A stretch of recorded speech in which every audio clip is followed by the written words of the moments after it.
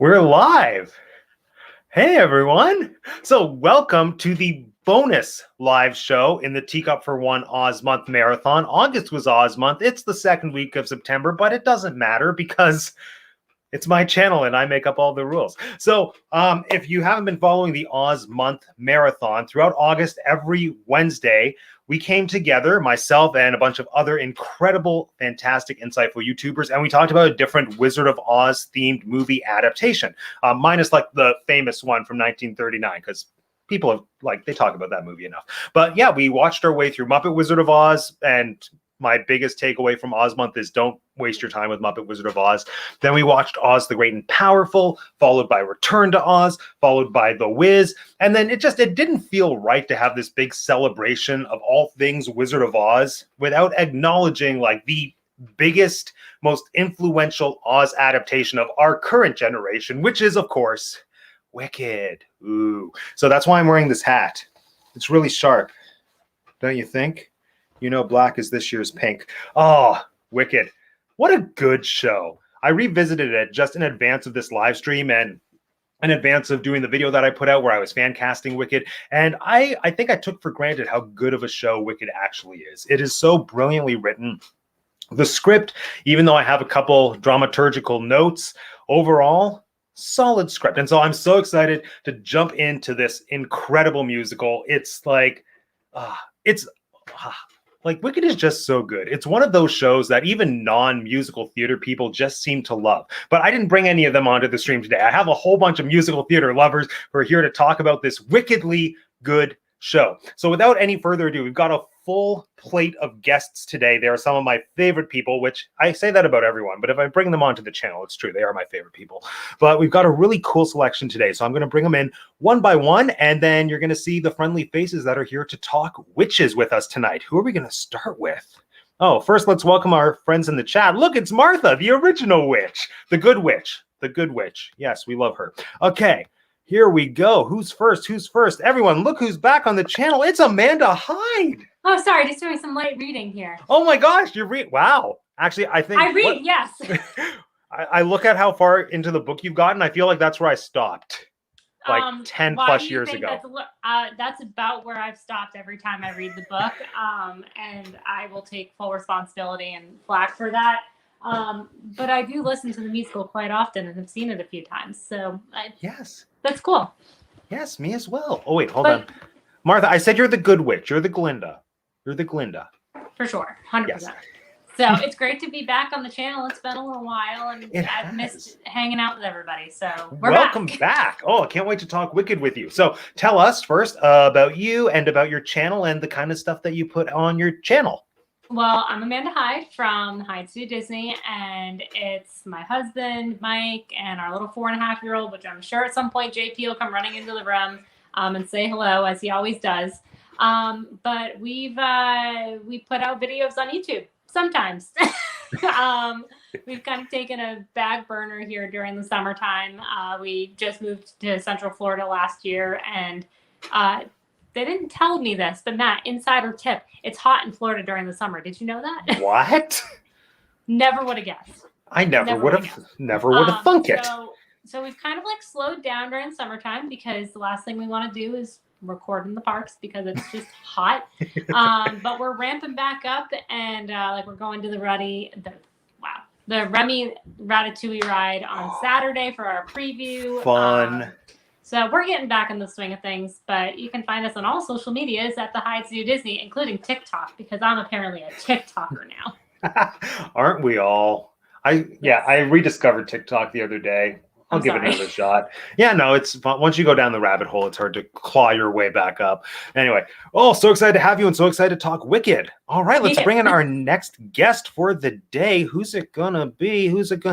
It's Miriam, aka the Churro Fund, our favorite host from the We Like Theme Parks podcast. Don't tell the other two I said that. I'm gonna tell them it's happening. Well, that's fine. Let's start some friendly competition. Then maybe I can put them on the channel. I mean, I haven't asked them yet, but this will make them really want to come on the channel for a show. I think so. Absolutely. Brilliant. So Miriam, tell us all about you. Tell us about who you are. Tell us about what you do on the interwebs and your Instagram and your podcast. Tell us all of it. Yeah, so my Instagram is the Churro Fund, and I do a lot of Disney bounding and Disney crafting and things like that on that page. And then I'm also a part of a 3-person podcast called We Like Theme Parks, and I do that with Chris Bond and Mark Andrada. And it is exactly what it sounds like. We like theme parks, so we talk about them. So It's so much fun. It's a comedy podcast. That's where we like to come from. And yeah, we do a little bit of news. It's typically not 100% like where you would want to go for your news, but we do our best. Yeah, we like theme parks. And it's entertaining. It's entertaining and informative, which are like two of my favorite things. And speaking of entertaining and informative, I think we need to bring in Jen from the Magic in the Music. Look, everyone, it's Jen. Hi. Hey, Jen. Glad to be here. Oh, so glad to have you back. Welcome back. So yes, if you were here, audience friends, for our Return to Oz live chat, we had Jen there, but I'm so thrilled to have her back because she's super insightful, but also a music like genius. So we have her here to talk all things music and all things Wicked. But Jen, tell us about your channel. Well, our channel is The Magic in the Music, and I am a middle school band director. So I am a music educator. So obviously I'm very, very into music, love musical theater, I always have, and love Disney music. So we comment a lot on a lot of those things on our channel, but we also do a lot of Disney Vacation Club, Disney Parks content, all kinds of stuff, whatever our viewers like to see. And coming up soon, we have some really cool reviews of a whole bunch of character meals. We did way too many character meals on our last trip. So there's no such thing as too many. Well, we have one on your favorite, I think, Topolino's Terrace, right? I love it. That's your thing. I love it so much. That inspired my whole aesthetic for this whole channel. It's like my little cartoon is me Disney bounding as artist Mickey. Yeah. So every day I have a little reminder. I am ready today. I've got the Grimmery with me. I got the book out. I'm ready. And don't worry, I didn't study too much this time. I'm excited to see how people do on today's game. It's tricky. It was tricky to research for it. So we'll see. I do feel positively emerald today. You do. You look positively emerald. If I owned anything green, I do, and I am wearing it. So there we are. All right. Let's bring in our next guest, fan favorite. It's Tinker J. Hey, Jeanette. Welcome back. Thanks for joining us. So, yes, same thing. Tell us a little bit about you, where we can find you, and what kind of stuff you like to put out into the internet world. Well, my name on Instagram is TinkerJ787. It's just a mix of my Disney family, our Disney trips, Disney baking, Disney crafts. I do all kinds of different things. And also, you can find me with Miriam on We Like Theme Parks. Sometimes. Yes. Yes, one of my favorite guests. I just listened to your episode the other day where the one that you did actually from the parks. It was so that was fun. Fun. Yeah, it was really fun to call and watch you be on vacation and be really jealous of it. So you can find me in Disney World. We have our annual pass, and then I come back and try to talk to anybody that'll listen to about it. Or I talk to them while I'm there because I can't wait. That's the way we like it. Brilliant. All right. And last but not least, it would not be a Teacup for One live stream without the insights and the charm of Lauren from Castles, Capes, and Clones. Look, it's Lauren, everyone. Yay! Yay! Okay, Lauren, give us your intro. Tell us who you are. Tell us what you do. Tell us about Castles and Capes and Clones. All right. Well, we are Castles, Capes, and Clones. We talk about everything in the Disney universe. I do a lot of more unboxings and hauls, like Disney hauls, pins. I love to talk about my pins, Disney news, Disney reviews. My cousin lives 10 minutes away from Disneyland, so if that. So he's going to be doing a lot more park reporting. So that's pretty much what we are. Nice. Is he going to go to the what's it called? To the Oogie Boogie Bash Boosh? Yes. And they have Agatha Harkness. Yes, that's what I was thinking. The witch. I was so mad when I found out that she came, and I didn't end up buying tickets because I was like, find the scalpers. Just go on Marketplace. Yeah, I might have to look for that because I just got my magic key. So, amazing. Yeah. Congratulations. For those who don't know, it's the annual pass for Disneyland, pretty much. So very excited about that. Going 17th, 18th, 19th. Oh, it's good. You're gonna have so much fun. I'm so jealous. I can't wait to get back to a Disney park, whenever that may be. We'll see. Tell the guards to open up the gates. There we go. Hold on. Whoop. All right, so these are all of our fun Wicked guests for this evening. So I think it's really funny. Like, all of us are Disney experts, but tonight has nothing to do with Disney. Yet here we are. So yeah, we're here to talk about musical theater and Wicked and the Witches of Oz, the untold story of the Witches of Oz. So as always, I kind of just want to open by doing a quick go around and hearing about people's history with this property, about hearing the first time you encountered it, what it means to you, what it was like your first time discovering it versus now, just a little overview of your history with Wicked. And I'm going to go first. So for me, like, Wicked, I've kind of gone in and out of being a Wicked fan. When it first came out, I was like pretty big into Wicked because I was at the perfect age. I think I was in grade 11 when it premiered on Broadway, and I went to a performing arts high school. So it was like Wicked all over the place. All of us were like listening to the soundtrack, watching the Tony Awards. It was great. And I saw it in Toronto 4 times total over the course of 2 stops of the tour, not like 4 times for one tour, even though I have friends who did that. And yes, just every time I've seen it, the spectacle, the music, everything just hits me. And like all things with the Oz materials we talked about over the last couple of weeks, like, my initial interest was just because it was a new Oz thing, but then I right away appreciated it as its own thing. And now I've really kind of, we'll probably talk about this more later. All of the Oz related elements are my least favorite things about Wicked, ironically enough. So like when it starts to converge into the actual Wizard of Oz story, that's when I think the show is at its weakest. But everything else, like the music and the characterization, I think is so brilliant. I think like the 2 lead characters are so beautifully realized, and it's really cool having a show with like friendship at the focus, which is something that I think has always resonated with me, but now I can like recognize that that's why I've always liked this show, because it's not something that's really explored often in musicals, well, a little bit in movies, but the only other musical I can think of with friendship at the forefront is Blood Brothers, and that like, I love that show too, but it's very dated and very 1980s. So this is like a modernized version of looking at like, what is the complicated relationship of being friends with someone? Who knows? So that's me, and that's Wicked. Lauren, how about you? All right. All right. So I actually, you guys were talking about reading Wicked. I don't read a lot, but I did read that whole book. You made it through the whole You book? did. I made it through the whole book. Amazing. You're a better person than Amanda and I. And me. Oh, and Miriam. Yeah.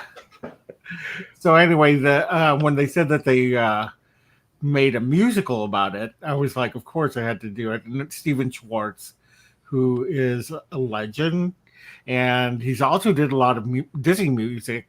So I was very curious to see what it was all about. I fell in love with it right away. I've only seen it once at the Pantages in Hollywood, but it was great. It's such a great musical, and I have a lot of the songs that go through my head regularly. So, yeah. Nice.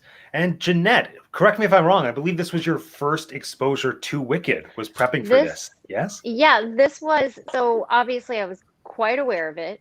I knew a lot about it. I had seen a lot of imagery. I'd probably even watched interviews about it, all kinds of stuff. I had never listened to the soundtrack or watched it. It was like all by proxy through my friends were super into it. My friends were in local productions of it. Not local, like school things. So it was like I had plenty of people around me who were very into it, but it just like it was never there to watch. And I have never been to Broadway. So I've seen Broadway productions. I've seen Phantom. I've seen Book of Mormon. I've seen Beauty and the Beast, but all touring productions. I never went and saw Wicked. So this was my first viewing of it. And I quite enjoyed the video you sent me. Was a compilation of different casts. And I liked seeing it that way. I know that's not right. And it's not the right way to see it the first time, but I really enjoyed it because I felt like I got a lot of different ways of that it could be done. And lots of different emotions out of it. So yeah, this was my first time, and I listened to the soundtrack Yeah, I will get into whether I liked it or not. I did. I enjoyed it. But yeah, so this was my first time. And Oh, brilliant. I'll revisit it for sure. If I have the chance to see it on tour or I suppose on Broadway, I'll go see it. Oh, I'm sure you will. That show is going to outlive all of us on Broadway, so you'll have every opportunity. Everyone, let's welcome Mary. Hello, Mary. No, not a problem on being late. We were just talking to everyone about their first time seeing Wicked. And in case we missed it, look, Randall's here too. Hi, Randall. That's And my I husband. forgot to say hi to Martha. Perfect segue. I Jen. wanted to So say first hi I- to Martha. Oh, yes, and Martha. Yes. Hold on. Martha's been saying hi to all of us. There we go. There we go. There we go. So, Jen, same question. What is your history with Wicked? So back in 2004, I think that was when it was the year it was like in under Tony consideration. So I was really following musical theater a lot at the time. I still really enjoy it, but I'm a busy parent now, so I don't have as much time for that stuff. But I was super, super into it. Just came out of finishing my teaching credentials and was starting into my career. And I read the book. I knew the cast album. I loved it. I'm sure a lot of it's auto-tuned, but it's such a great recording, right? It's a really beautiful recording. And I really loved it. And so I was super excited to see it. But my first chance to see it, I was actually at the Midwest Band Clinic and Orchestra Clinic, which is in Chicago, in December. And I found out when I was there that Wicked was playing in Chicago. It wasn't the touring company. It was like the sit-down production? Yeah, exactly. Yeah. And it was starring Anna Gasteyer from Saturday Night Live. Now, she isn't maybe like the best singer, but she got it done. And it was so cool to see this comedian that I loved, right? And so I got one ticket and I went and sat in a view obstructed seat alone in Chicago, which I probably wasn't a great idea. But anyway, it was just amazing. Wonderful experience. Loved the production. And then I've seen it several times as it's toured. And like I said, read the book. I've been a big fan of it. Oh, and then one of the more recent one of the more recent touring companies, we got to do a backstage tour of the show. It was really cool. Got to go back and see like the set pieces and the areas where they're all changing. And like, it was just a really neat experience. So, I mean, I'm not like obsessed with it, but I definitely had stages in my life where I was really, really into it. And, it's always fun to come back around and kind of revisit it. Absolutely. All right. And Miriam, how about you? Yeah, so the first time I saw it was the touring production, but it was the original cast that came through. I was in Denver at the time, so I got to see Kristen Chenoweth and Idina Menzel when I saw it. So it really was like insane to think back on it, because I was also like kind of a dumb high school kid, and I was like didn't really know who they were. I just remember it being amazing, and then I look back on it, I'm like, oh my God, I saw the real deal as it was intended, I think. And I fell in love with it then. It's my favorite musical, and probably because I did see like probably the height of the whole thing happening. And I've seen it a couple times since then and once on Broadway, and I just love it. I think it's so cute. I always say if I had any sort of ability for Broadway or acting or singing, my dream role would be Glinda. I think she's hilarious, and probably because I got to see Kristen Chenoweth do it. So I love it. It's one of my favorite things, and something that I've always liked musical theater, but this put me over the edge of wanting to see everything. So nice. It was the gateway musical. It was, yeah. Brilliant. And Amanda. Well, Miriam, I'll be your Elphaba to your Glinda, because as the child of this group, I'm not young, but I'm definitely the youngest. I think I was in middle school when I first was exposed to Wicked, and it was definitely life-changing, because I don't think it was the first musical that I saw like with like a professional touring group. I think that went to Mamma Mia. So that's my first issue. Huge Mamma Mia fan. But I'm pretty sure it was the second one that I saw. And it literally, like, I remember asking my mom for my 13th birthday if I could get tickets to go and see Wicked. And she did. and it was the best, and it was awesome. So shout out to Boston touring cast, whenever that was.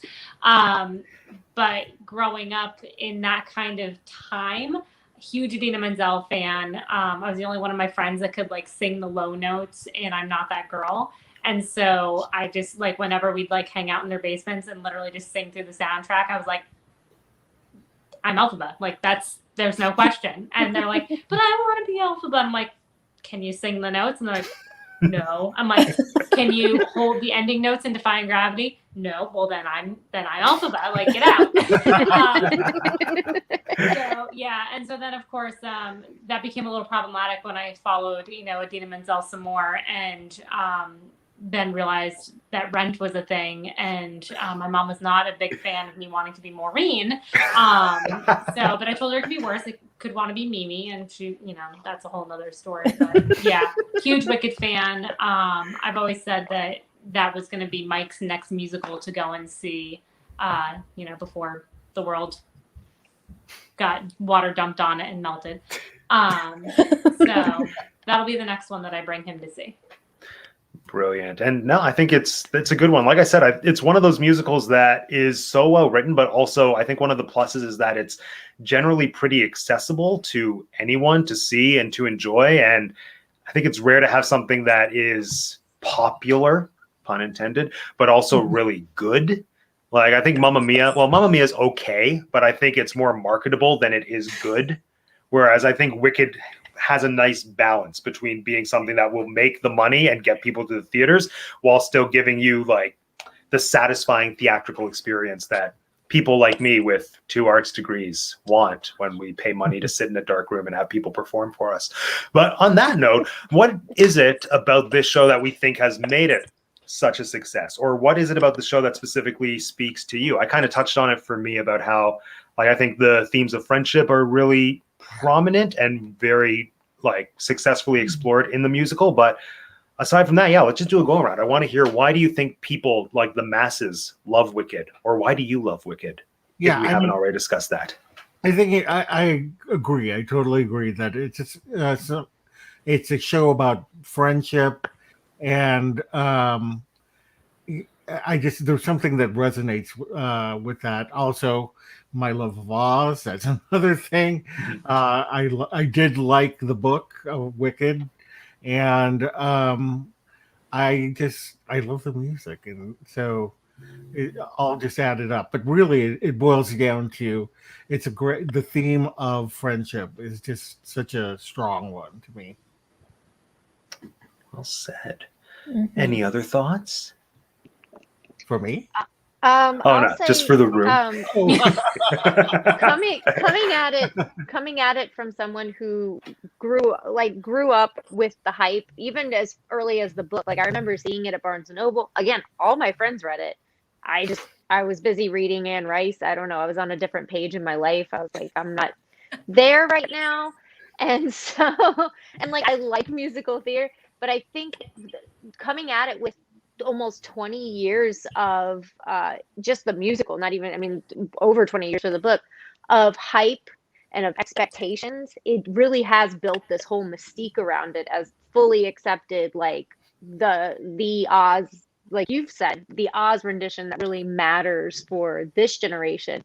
And going into seeing it for the first time with that had pros and cons. Like I did kind of know what to expect, so I don't think that, like, because I think when you do anything related to an existing story, there's a chance for people to be either let down or disappointed in what they've done with a story that means so much to people. I think going into it, I knew to not, like, nothing was gonna, like, this is just accepted now. This is part of Oz. This is part of the story, and I knew some of those pieces. But at the same time, I was like, well, obviously I'm just going to love it and it's going to be the best and it's going to be #1 in my book. And it wasn't that, but it was very good. Like, I think that all like 20 years of hype is bound to have some letdown at some point. I think that's to be expected. But I did go into it. I was like, this is going to just be the all-time best. I'm going to like it more than everything else. And I was like, well, I don't know why I put that kind of pressure on it, but it was very good.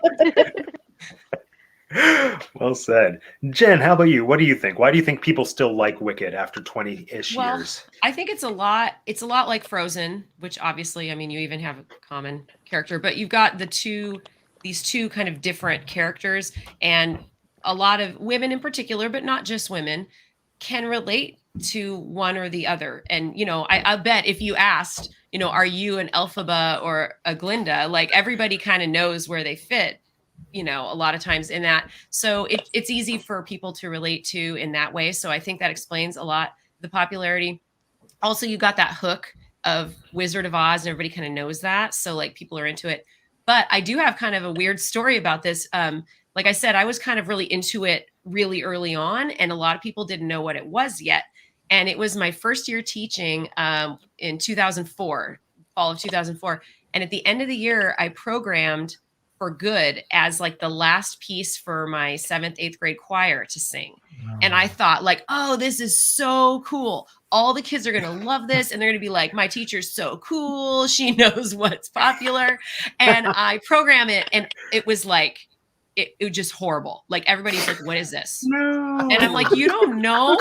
Well, of course, fast forward 4 or 5 years and the touring companies come through town and all the things, and everybody's going nuts over it. And I'm like, well, I tried to tell you. But I'm not over it now, but like, I'm not as excited and everybody else is excited now. I'm like, well, okay, I tried. I think we were all Wicked hipsters in that I can't win. Yeah. You can't begin. No, that's the other musical. There we go. No good Children's deed goes reference. unpunished. There you go. Well done. No act of charity goes unresented. Miriam, what do you think? Why do you think people still like Wicked? This is really shallow, but it's such a beautiful, like a pretty production. Oh, right? for sure. Like it's so pleasing to just look at. And then the music is so fun and catchy. Every time it comes on my like show tunes Pandora, I'm happy about it. The music and I think the visuals of it are keeping it relevant, and everybody loves Oz. Who doesn't want to go to a magical emerald city? And then you have I just like the subtle nods to the original story. And I think you're right, Matt, that it does lose something when those things kind of pop up, like hearing Dorothy cry and all that. I'm like, oh, I don't want to do this in this production at all. But you know where you're at when you're watching the play, and getting sort of like an inside view of the Emerald City is so cool. So I just think everybody likes to go to Oz. I would love more Oz productions, honestly. So wouldn't we all? That's what it is. But they can't compete with this now. So it's true. It's all Wicked all the time. It's true. And Amanda.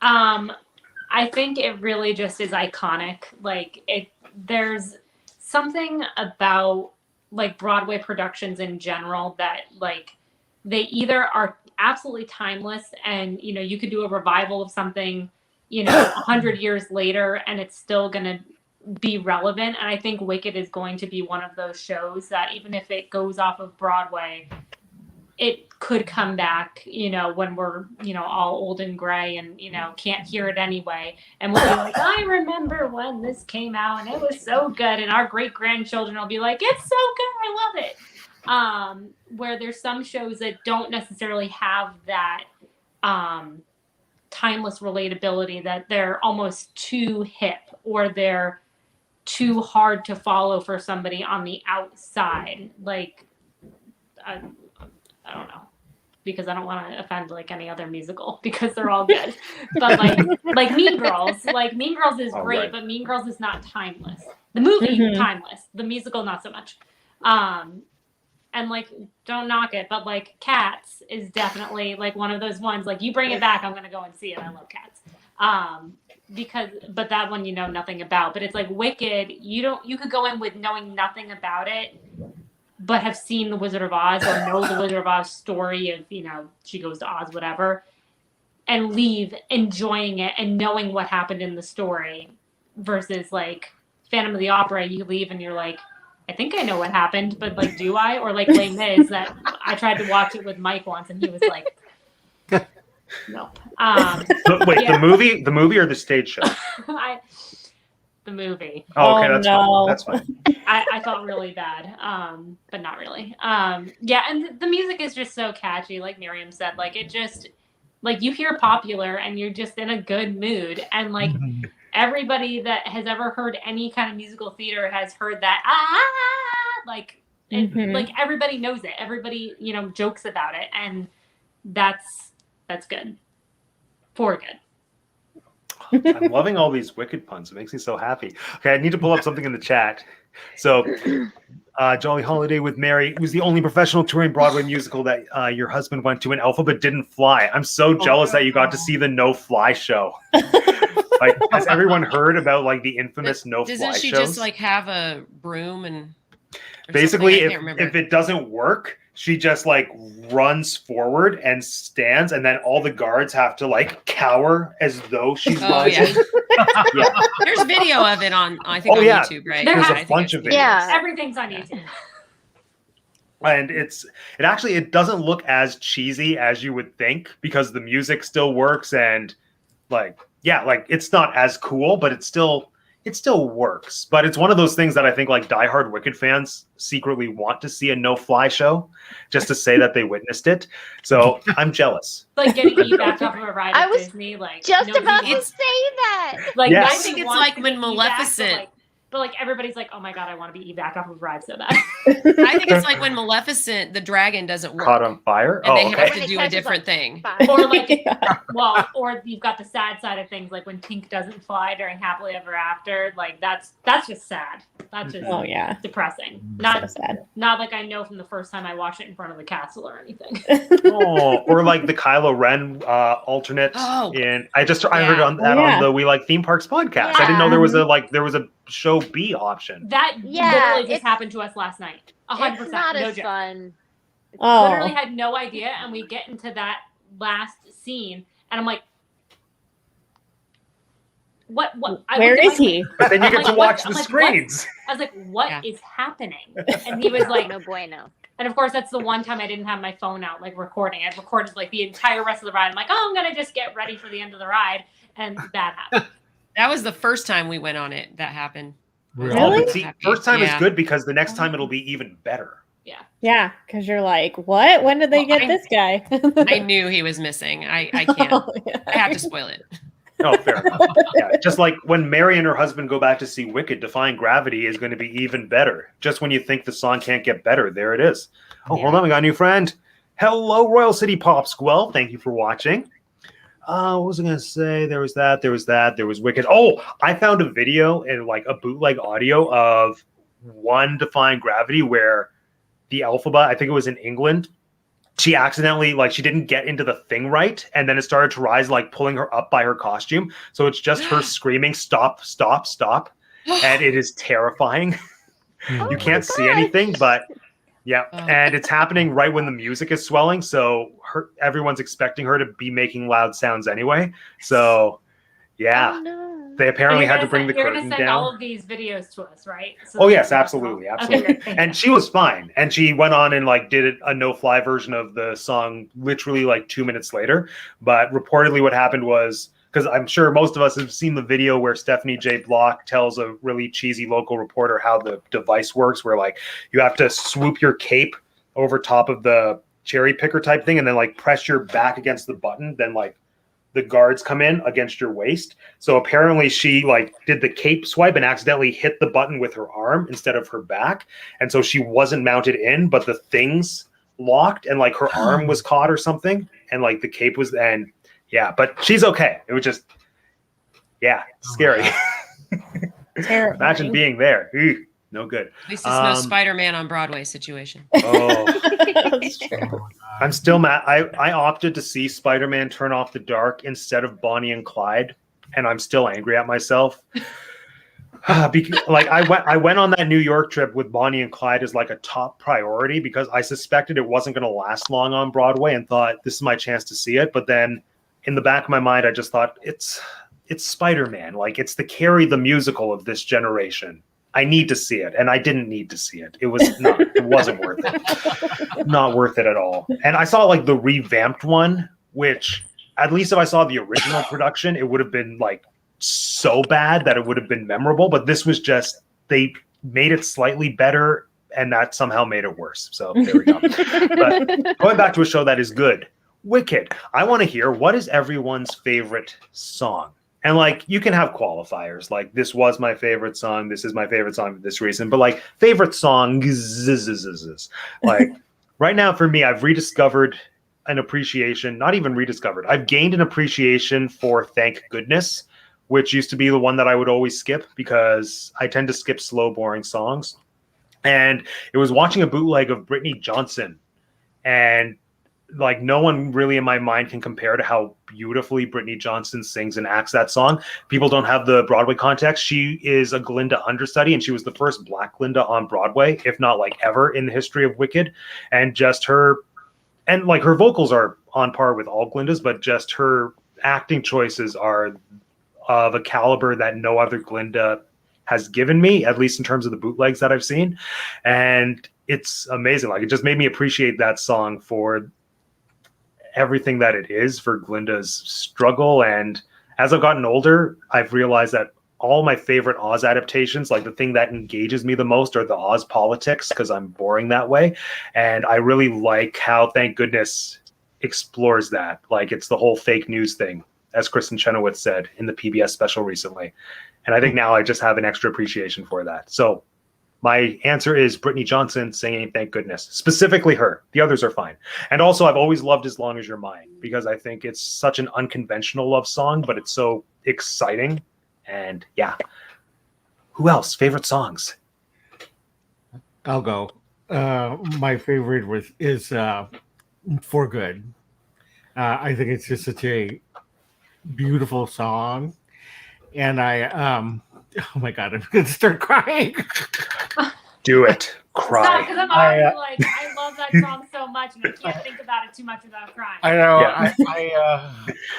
When my dog was passing, I sang it to her. And, you know, it's just such a beautiful song about,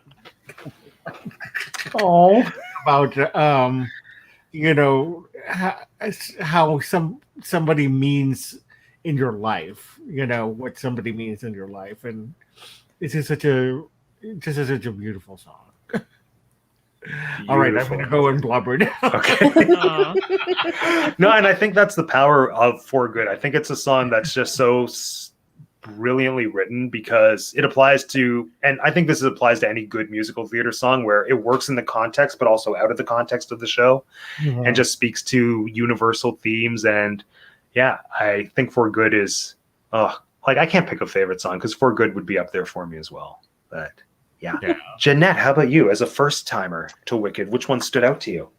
So the music overall for me, I do love musical theater. I have a very particular, usually type, like, I'm a lot jauntier and less like talking in the music. Like I don't know. You know, I like mainstream stuff like Rocky Horror Picture Show and stuff, you know, like I like, Nice. And then what y'all were just talking about something else that's kind of, no, you weren't, but things like Grease and stuff like I'm like, that's what I like. But it's, so I tend to like the catchier stuff. So like The Wizard and I, to me, was the song that I can sing after having watched it once and listened to the soundtrack a few times. Like I love that song. However, For Good, and now I know I'm not just a sap, but like I cried when I listened to the soundtrack. I cried when I watched it, cried when I listened to the soundtrack again. And it is a very versatile song, because like Lauren said what it means to him. And then for me, like I have a friend that I was very, very close to my whole life, and we don't talk anymore. And it wasn't under great circumstances, but I would not be who I am without her. And that was what made me cry. I was like, oh, well, I'm going to cry now. It's a really touching song. And while it's not the song that I'll turn on, that's how I am with like Hamilton too, though. Like there are songs I will bawl. I can't listen to it. Like Stay Alive, I'm like, I can't listen to this. Like, I will just die and I will just turn it off.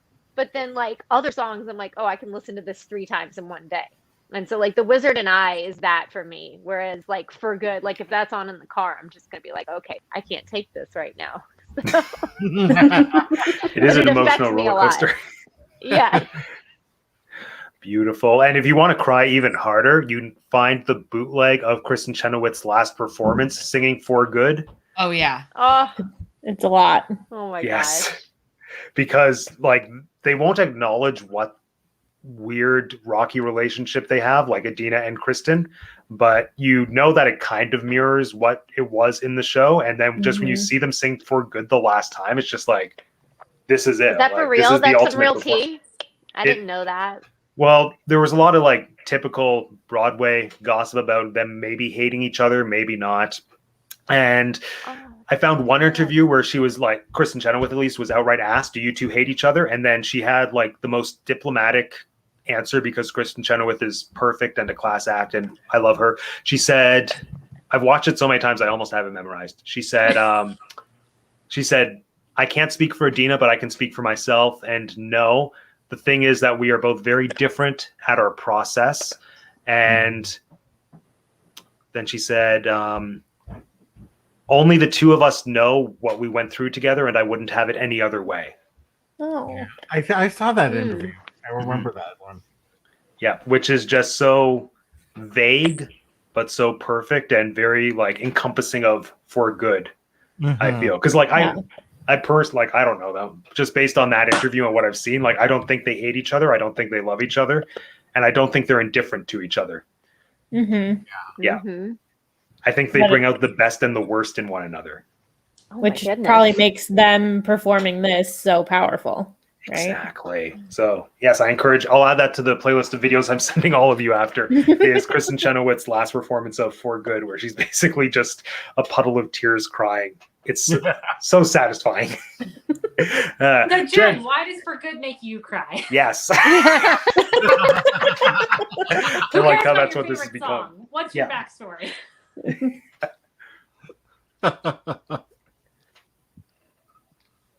What? Oh, is she frozen? Oh no, Jen. Oh, what? Oh no, yeah, no, it is. It's Oh, your turn. okay.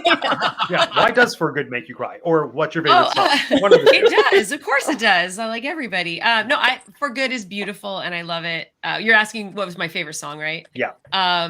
And I like a lot of them. I actually like Thank Goodness, like you mentioned, but I like it because it's in like 5/8 or something. You know, it's 1 2 3 1 2 1 2 3 1 2 1 2 3 1 2 1 2 3 1 2, and I think that's really fun. You don't get odd meters very often, so I'm like that because I'm a nerd. That's cool. But I'm gonna actually say The Wizard and I is my favorite because I had some really fun moments with that song when I saw Anna Gasteyer, because she was kind of a celebrity more, and when she comes out on stage, you know, and she makes that appearance, it kind of the scene leads into that song. Mm-hmm. And, you know, and the crowd just goes crazy. But the best moment of watching Elphaba first come on stage is when it was the first national tour and Shoshana Bean was playing Elphaba. And she's from the Pacific Northwest, which is US where I live. And it was the first time Wicked had come to town. Local girl is playing the lead. And when she came on stage, the house went wild and just applauded and applauded and applauded because their family and people she knows are there. And they just went nuts. And I swear we sat there for 2 minutes clapping for her. And they just had to wait. And it was like, finally, we can move on with the scene. And then, of course, she does The Wizard and I. And everybody just goes nuts. And it was really cool to feel the energy in the room. So I kind of cherish that memory of that song. Nice. Miriam, how about you? What makes you cry or what makes you feel things? Well, obviously, For Good makes me cry too, because friendships are so important. And sometimes you do drift apart and they change you and they are what makes us, you know? So that's without saying I love that song. But my two favorites are actually Loathing and Popular. Yes. I know those are obviously an easy choice, but they're just so fun. And Loathing was a good one. That was right up there. The so choreo in good. that song makes me so happy. It's just so precise and there's so many moving parts and I love it so much.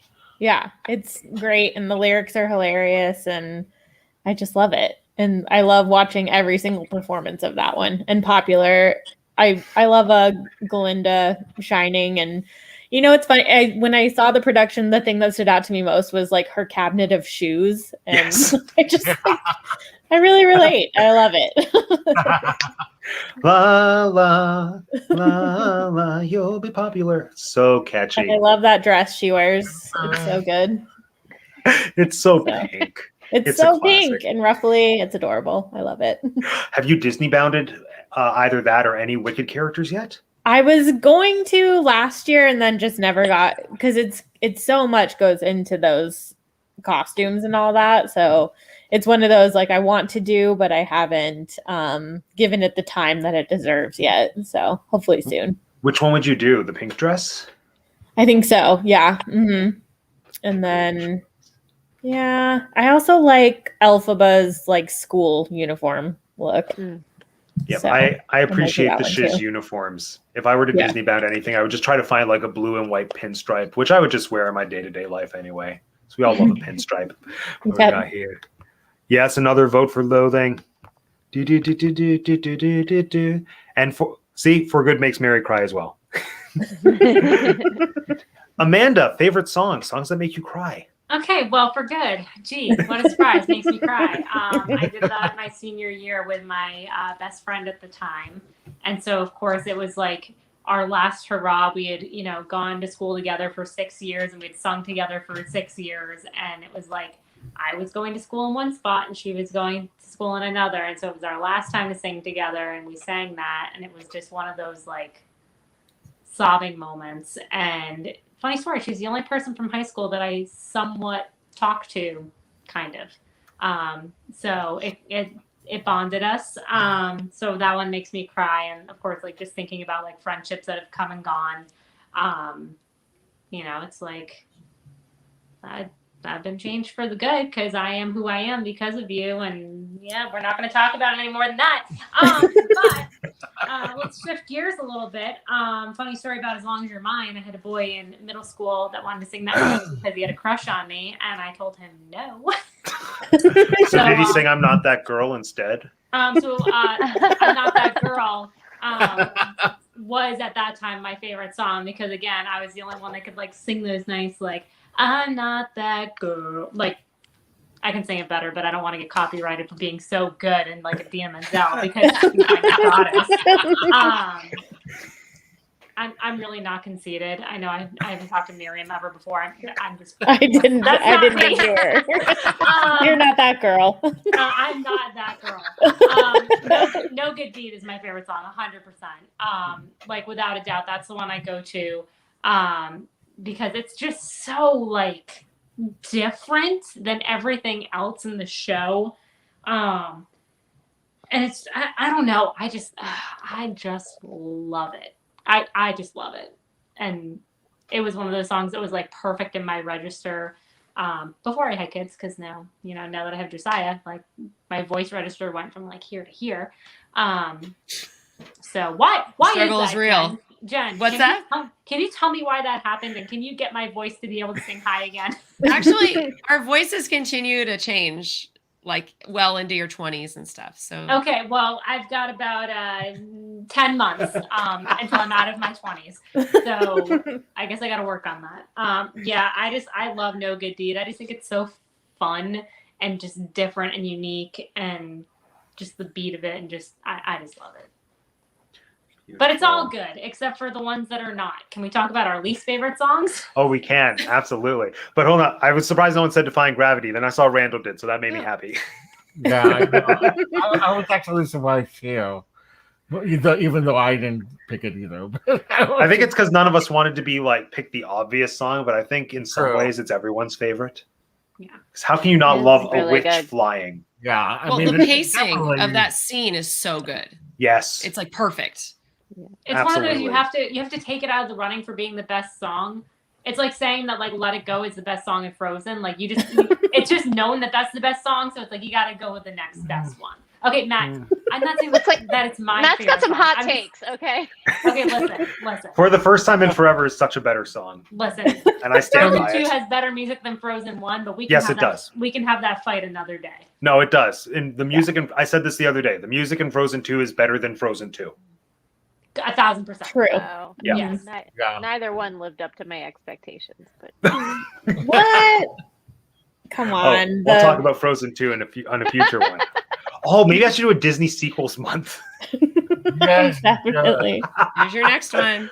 There. Here Well, I for was it. going to do Roald Dahl adaptations, but I mean, Disney oh, sequels. There we Disney go. But sequels, because there's some Yeah. hot takes there too. I'm ready. they're absolutely like, are they canon or are they not? Who knows? Hey, speaking of canon, well, we'll get to least favorite songs, but I want to talk about the thing that bothers me with this musical is how they shoehorn in as much Wizard of Oz as they can in like the last 30 minutes in ways that feel so forced in a musical that otherwise felt so natural, like especially the shoes.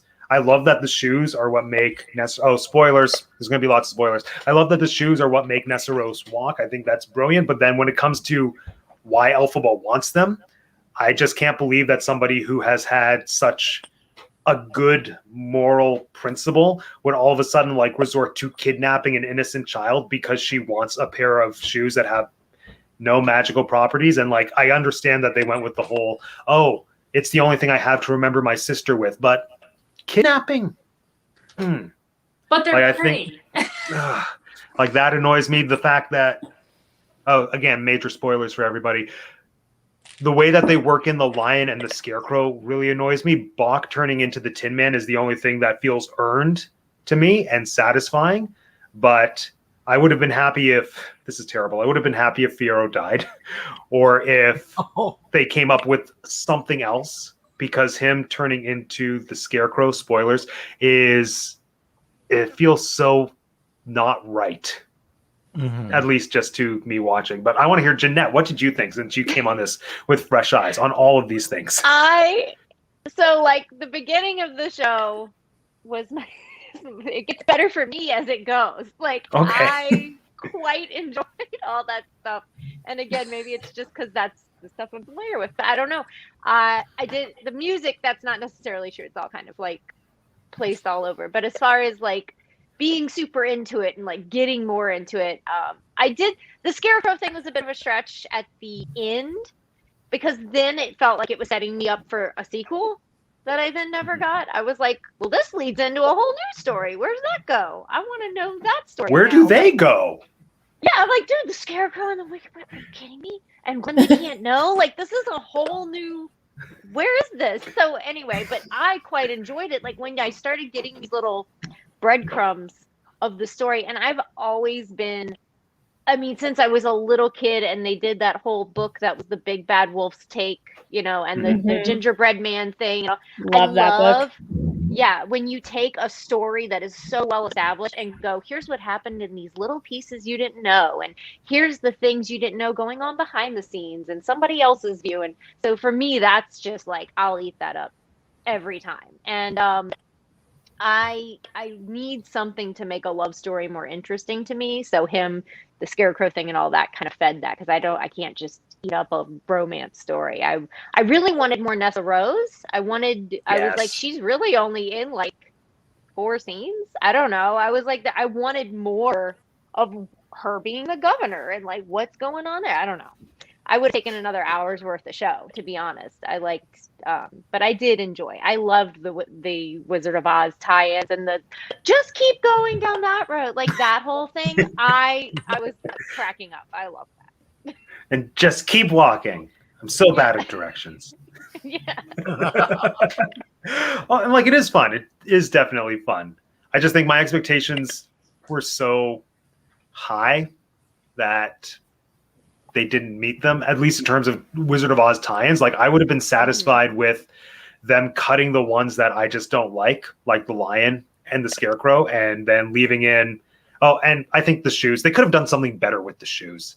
Not just like the shoes are so important to the witch's motivations, at least in the 39 film, which acknowledged or not, that's what's feeding and inspiring all of Wicked, that it just felt like such a throwaway to say, oh, like they're a family memento. Like they could have somehow infused it with the power of the Grimmery and made it like a physical thing that Nessarose needed to like further her pursuit. And then beyond that, I just didn't understand from Glinda's perspective why she would give them to Dorothy. Like it doesn't hurt anybody for Elphaba to have the shoes. Like, there's no reason for Dorothy to have them. But that's my take. Anyone else on the Oz tie-ins? I think you covered it. As long as most Yeah. people agree with me, that's all I'm going for. Good. Yeah, I do wish go the ahead. shoes meant more. I'm with you on that. Like, instead of, because why? Then it just makes the 39 film really weird that this witch is tormenting people for like a family heirloom, you know? Like, I always took from the movie, like, oh, they must give her some extra power that she needs. And I then this feel like kinda- maybe it falls under the can't have nothing nice category. Like poor Elphaba she just can't have nothing nice. So it all just gets taken away. Yeah, maybe. True.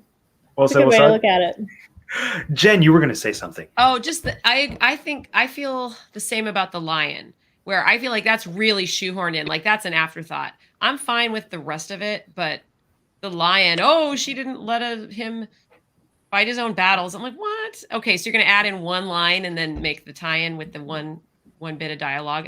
That's ridiculous. Yeah. Mhm. No, the one thing that I actually picked up on just rewatching the bootleg very recently was that it nicely justifies why the lion can talk and not all the other animals can, which I think was kind of, but that's also like, that's just a cool thing. It doesn't really have any relevance to the story. It's also I a agree with setup her. for her to that whole thing in the classroom whenever they take him out of there, and like her and I keep wanting to say Filoni. His name is not Filoni. Fiero. Fiero. Fiero. Sorry, I don't know. I want to say Filoni, but that's like when they have their realization of relationship. So there could have definitely been another catalyst, I think. Like it You know what didn't I need just to thought be of? And the scarecrow. Oh, does that mean the scarecrow was not actually? See, I think that's why the scarecrow thing bothers me. Actually, is Mhm. that it changes Yeah. his motivations in the Wizard of Oz story. Yeah. Yeah. And like Jeanette said, I am all for like the big bad wolf style, showing me a different perspective on something, but not when it completely changes the story that I know, which is why I hate Maleficent. But I can't talk about that on my channel, or else I'll swear a lot, and it's not good I for did anybody. find that weird. I was like, is he lying the whole time? I Yes. don't know. Yeah. I don't know. And the Tin Man, I too. wondered the same thing. For that matter, Mm. he's like I was just thinking, Jeanette, what was the name Delicious. that you just used? Filoni? Filoni. Could you? I'm just thinking. Filoni. Literally, I'm thinking it's like so nice and calm. It's like Nessa, Dr. Dillamond, Filoni. Well, that was my favorite song, and now I think it just went up to like my favorite song of all time. Oh, hilarious. Okay. So now that I've spoken about the plot things that bother me, let's talk about least favorite songs. Anything Amanda, with you the go first wizard. because you came. What was that? Anything with the wizard. Oh, you don't like Wonderful? I don't like Wonderful. I don't like. Hold on. Let me pull up my list here again. Yeah. And by my list, I mean I literally just opened up the playlist, the soundtrack. the soundtrack. I pictured it was just like a document that just said Wonderful. Yeah, that's all it says on it. Yeah, like you're gonna tell me that when you listen to Sentimental Man, like you're gonna tell me you listen to it? I do, Yeah. only to make Defying Gravity better. No. Because my whole philosophy is like, Well, it has that's to be Charlie earned. Brown. So let's get back to Wicked, please. Yes. Yeah, not a fan of Sentimental Man. I'll take Wonderful over that, but nope. That's really the only one I don't like. And also going back to ones that I like, why did I forget to say Dancing Through Life? That entire sequence. It's Love pretty it. great. Yeah. Love it. But Yeah, I yeah, love that song too. don't like Sentimental Man. That's it. I think Sentimental Man it serves its purpose. Wonderful, I prefer seeing live to listening to. Oh, I think any it of just- it I would prefer seeing live. And I mean, I guess Dear Old Shiz is kind of like the other like meh. And something Mhm. bad. Oh Yeah. yeah, something bad. Yeah. Bad. Sorry. Mhm. It's in the title. Yeah, no, but it's like I said in my video, which if no one watched it, I don't blame you. It was half an hour of me talking about Wicked. It was supposed to be 10 minutes, and then I just kept talking. But my whole theory with something bad is that everyone just skips it because it's so skippable that it makes us diminish how important Dr. Dillamond actually is to the story. And so that's why no one cares about him. That's my theory, at least.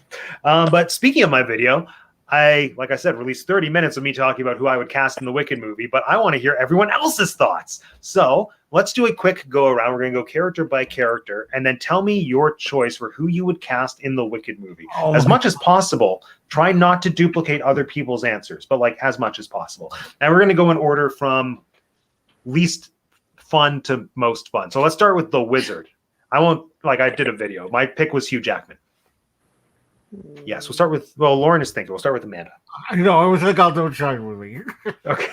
While I was listening to the soundtrack today, there was only one person that came to mind, and this is what we always do when we do these live streams, or at least it was, back like a month and a half ago. It's a Muppet, isn't it? It's Kermit the Frog. Good. It's literally Kermit. Like, you're going to tell me that Wonderful doesn't just sound like Kermit the entire... Wonderful. Like, it's Kermit. That's my cast. But no, the rest of them I will not cast as Muppets. I was really hoping you were going to, because Piggy needs to be Glinda, because obviously. Oh my gosh. Or I just want. She has to be She was Nessa, Glinda. and she's like just trying to walk the whole entire She time. was Glinda. I blocked that out, Lauren. We're never talking about that again. Miriam, who's your movie wizard? That's a good question because I just don't care about the wizard in Wicked at all. Right? Who's an So, actor you don't care about? That works. gosh, I don't even. I feel like James don't even have He's a. got to be in there somewhere. I don't even have a guess in the dark of who I would cast for this. Someone super forgettable. Oh, so that guy. Fill in the blank. Yeah. Nice. Okay. Jen, who's your wizard? Well, I liked Joel Grey. I can't hear anybody else in that part except him. So He's I still mean, around, right? He's still bring doing him back. stuff. Yeah. Yeah, I bring mean, back I'm Joel. sorry, but it doesn't matter how old a guy is to be a dad. So it doesn't matter. it's He can true. be as old as we want him to be. Mhm. Well said. Well said. Agreed. He's just so little, but I guess that's part of the charm. Yeah. Yeah. I'm sorry. I just really think of, like all his other roles. And anyway, I just really enjoy him. So I want to hear his voice. Good call. Good call. Jeanette. So when I was watching the compilation of casts video, I don't know who it was, but somebody in there looked like Rick Moranis, and now I can't get that out of my head. Oh, So my mom even said, she goes, "Is that Rick Moranis?" And I'm like, "No, that's not Rick Moranis, but it I love certainly it. looks like him." And then I was between him and then there was another taller, older gentleman who played him. And for some reason, I was like, he didn't look anything like him, but I was like, I could see Michael Caine doing this. Maybe not now, maybe 20 years ago. Because I get stuck with people how they were like a decade ago or so ago. So I'm like, Michael Caine or Rick Moranis, and I don't think they've ever been up for the same role before in lifetime. So. Now's the time. Oh, and I'm just picturing Honey, I Shrunk the Kids with Michael Caine. And I'm on board. Oh my gosh, I love this. Hold on. Yes, Christopher Yes. Walken. Yeah. Oh my Yeah. gosh, Wonderful would be so good. Imagine. And you him know what? singing I feel it. like that Oh my also kind gosh. of goes to Miriam, where he'd be kind of forgettable in that role too. A little bit. But he yeah. would Never dance forget it so Christopher well. Walken. That's true. Yeah. Well, remember when he was in Peter Pan? That's what I'm saying. Yeah. Like that whole thing is just unforgettable. That movie wasn't good though. That was a night. That was a night of television. That's what Yes, I'll say it about was. that. Oh, was Yes. he on Oh, I thought that was. It was on a live one. NBC Oh, musical, live. and those are notoriously never Oh good. yeah. So- Oh god. I forgot about that. except for Grease Live, but that was Fox. So they set a bar that NBC has yet to meet. Lauren. all right. I'm going to go with somebody I think unconventional, and I'm going with James Corden.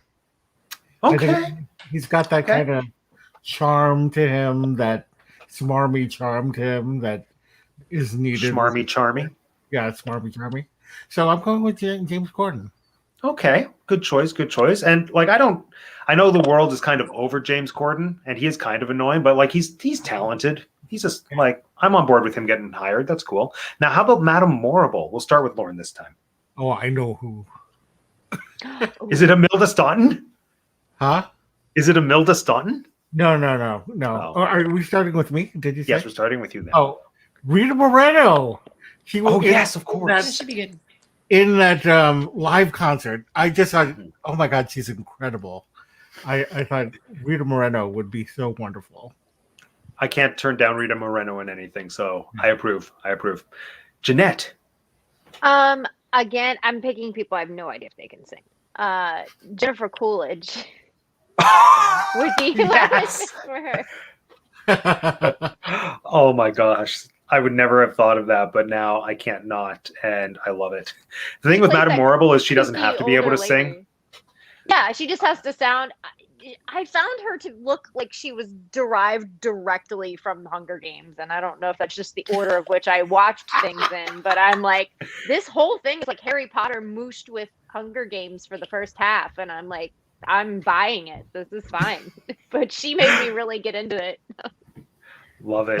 Yeah, when I saw Carol Kane as Madame Morrible, there was no singing to be heard. It was literally just, many years I have waited for a gift like yours to appear. The old My Fair Lady treatment. Actually, I watched an interview with Carol Kane, and she outright said that. She was like, oh, I don't sing. I do what I call Rex Harrison talk singing. Yes. Sprechstimme. Yes. Although she's a legend. She is. I got to give it to her.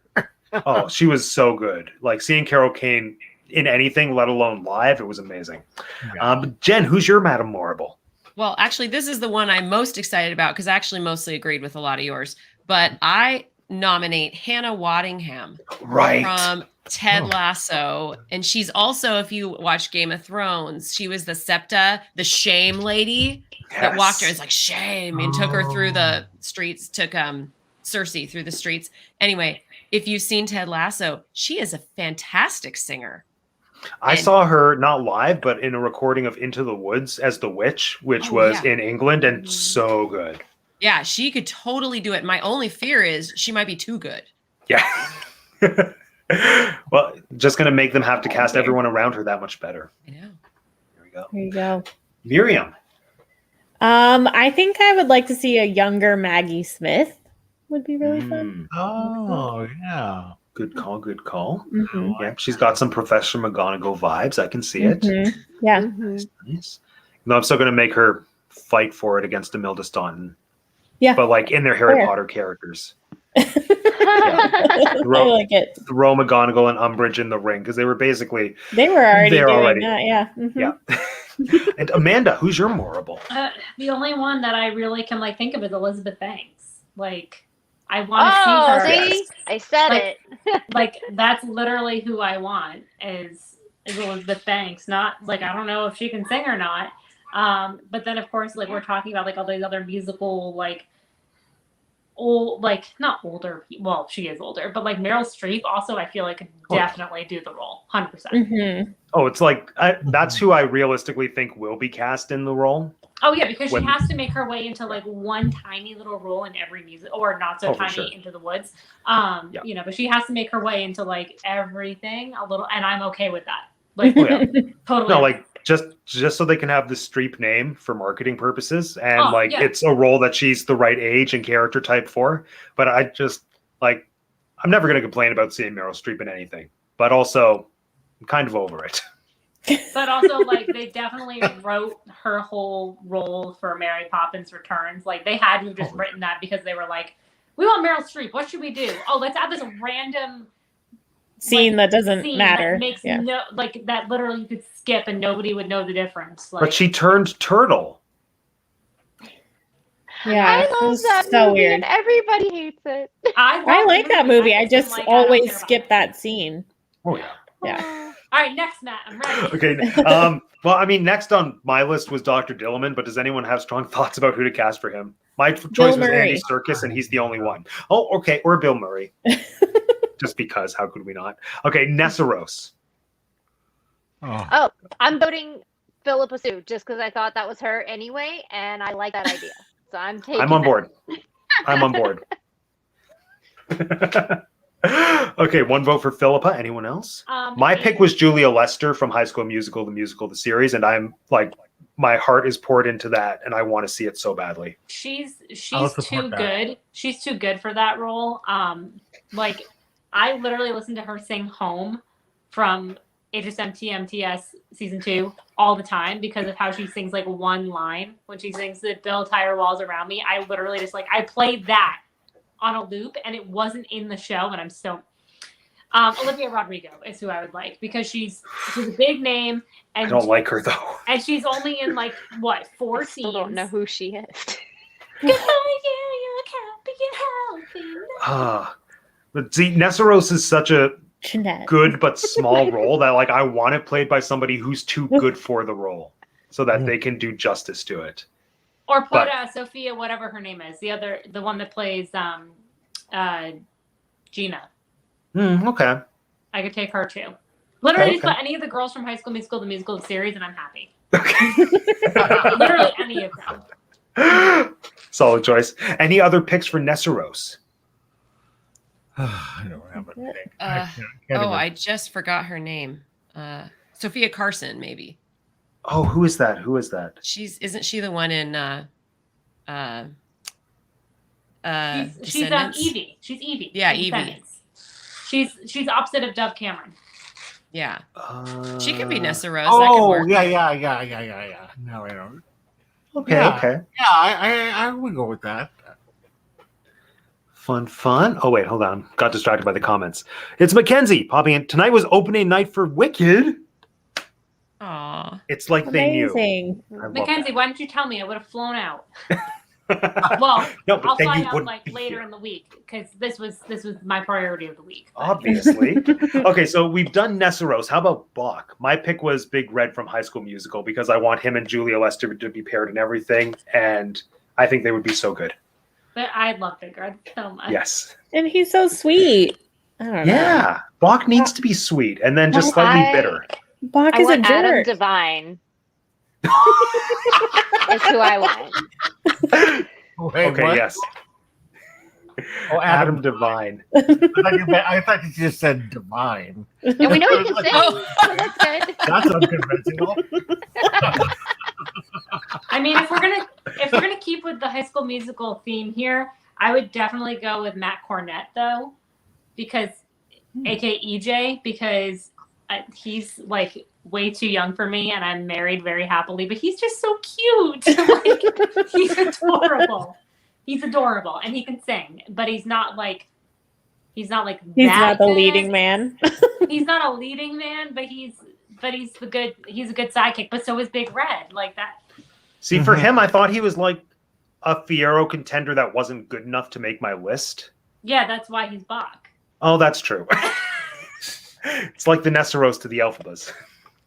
Correct. Oh. Correct. 100%. Like he would be a good understudy, but like I mean, he was Gaston in Beauty and the Beast, but like he really wasn't a good Gaston. Like he's not No. manly enough to be a Gaston. Very few people who are cast as Gaston are good enough to be Gaston. I'm very Also, you're protective talking of about a high school production of Gaston, so of course they're not manly enough. that. Yeah, that's true. All right. Any other picks for Bach before we move on to our Fieros? Okay, let's talk Fiero because when I was doing my video, this was the hardest one to cast out of like the people who are famous right now. And Yeah. I landed on Jordan Fisher, who I am very much sold on, and like he's my pick. I think he'd be great. It's perfect. Okay, so we're Yeah, basically it's good. Matt, what you're doing is you're taking the High School Musical, the series cast, I know. and just casting them in Wicked, which is I'm 100% He's- okay. Jordan with. Fisher's not in High School Musical, the series. Yes, he is. Yeah, he was. He is? He was in When? the last episode. He's the Gina's brother of. He's Jamie, the brother, that comes into town and ruins everything. He is? Yeah. Clearly, Matt doesn't actually follow me on Instagram when I freaked out over that and was like, Jordan Fisher is in this. I'm so excited. Oh my gosh. And then he ruined everything. Yeah. Well, they didn't use him to his full potential. So, but then also, yes, put all the put all those kids in this Wicked movie. I'm here for it. That's season 3. They're going to do Wicked. I'm going to go with Seb. What's his name? Something Serafini from High School Musical, the series. Which one is Seb? Oh, Am I right. the only one Oh, here that doesn't watch this? I have no You idea need to what watch any it. of these people are. everyone needs to watch it because Jeanette, it's you so need to good. watch it. It's I so can't good. watch that if I couldn't watch the movies. I can't sit. No, No, it's it's so much totally better. different. It's so It much is so better. much I better. hate. I didn't like the movies either. Oh. I Yeah, no. promise you, the show is good. I started to watch it ironically and then kept watching it because it was legitimately good. And it has very tongue-in-cheek, self-aware Disney humor, which is hilarious. Like the first episode of season 2, when they're talking about Beauty and the Beast, Julia Lester, who's my favorite, they cut to her doing an interview because it's like office style. And she says, I really want to be Mrs. Potts. So I wore a white shirt with Mrs. Potts on it. It's called Disney bounding. It was hilarious. That was the best.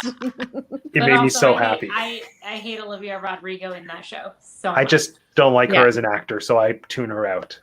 I hate that whole storyline. I hear that name so much, and I'm like, girl, she's great. cool. She's not a good actress. She's a good singer. She has a good voice. Yeah, So- that's true. That's true. My vote for Fierro. We have an Efron vote. That's a great. No, it's not. Oh yeah, that's a good one. No, I love Zac Efron too. Like, don't get me wrong. I want to go with Drew Galen. Oh, okay. I think I really enjoy the OBC of Waitress, and so I'm kind of obsessed with him at this current time. So I like him. It's a pretty good bad idea. I like it. I Wasn't just it? thought Wasn't of it though? I just thought of another wizard. Oh, okay. Actually, Alan Cumming would be cool as a That was wizard. actually Oh, who I yeah. thought. That was who Yeah. I thought of when you said Joel Grey, because I Oh. linked them forever because of Cabaret. Yeah. Yes, exactly. They Yeah. same vibe. Yeah.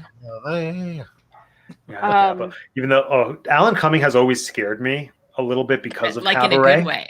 Well, because when the revival of Cabaret happened, like I loved theater and I was watching the Tony Awards when I was like 8 or 9, but too young for Cabaret. And so I watched like the first couple clips and I was like, oh, look, it's a fun clown. This must be a fun show. It was like when he had the jacket on and like he was in whiteface. Then he started stripping and then Nazis came on the screen and I was like, something was terrified in the pit of my stomach. I was like, what is happening to the clown? No. And so now that's all I can think of when I see Alan Cumming is being scarred. I by was the just a Tony little Awards. bit older when that happened. So Oh, like if I was old enough to, like, I now love that revival. That revival is brilliant. But like as a child who wasn't prepared, okay. I just think of Aloysius Man Love. Somewhere. I'm a homosexual. Oh, so good. Oh, Yeah, Schmigadoon. so We'll talk Schmigadoon one day. Are we down to the witches? I think we're down to the witches. Okay, let's start with Glinda. Who is everyone's pick for Glinda? I got one. Okay, let's start with Lauren. I'm going totally unconventional. This Go. would never ever happen. Do it. But Anne Harada. I am so obsessed with Anne Harada these days. That he's a queer one, that man of mine just Yes. goes through my head all the time. But I was thinking that she's got that quirkiness to her, and she's got a great voice. I mean, I think she does a lot of character songs, which would be good for popular. But I've also heard her sing songs that are not, that kind of quirky song that she normally sings. So that's who I'm going with. I love it. If anyone doesn't recognize, she's Christmas Eve in Avenue Q, original Broadway cast.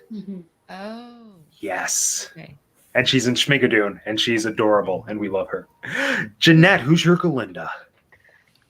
It's so hard. Like, one of the things that I was most excited for coming into this was Kristen Chenoweth as her, and like, because I love her, and I'd never even seen this. I know this is kind of like one of the things she became really, really famous during. But so it was very hard for me to get that out of my head. And then as we're sitting here, I'm like really trying to think who I would put into that role. And I don't know why. I have no idea if she can sing, but for some reason I keep thinking of Elizabeth Olsen, and I don't know why.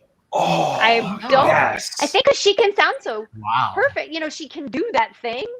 Mhm. And Yeah. but she has a lot of emotion. I have no idea, but my brain won't come off of her.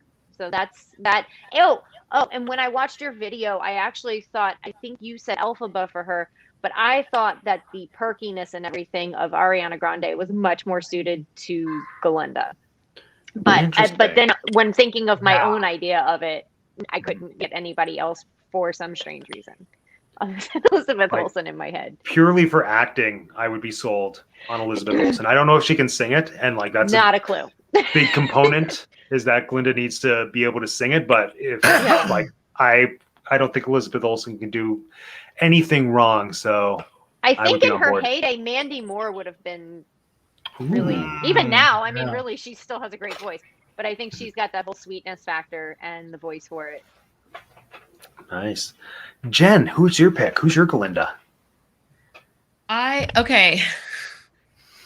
This is really hard because it's hard to imagine anyone like a celebrity other than Kristen Chenoweth. But there's an old film version of Lauren will probably know this of Pirates of Penzance. Who plays Linda Ronstadt? Yeah, Linda Ronstadt. Thank you, Linda Ronstadt. Yeah. Like if we could go back in time and I had a DeLorean, I'd go get Linda Ronstadt and put her in that.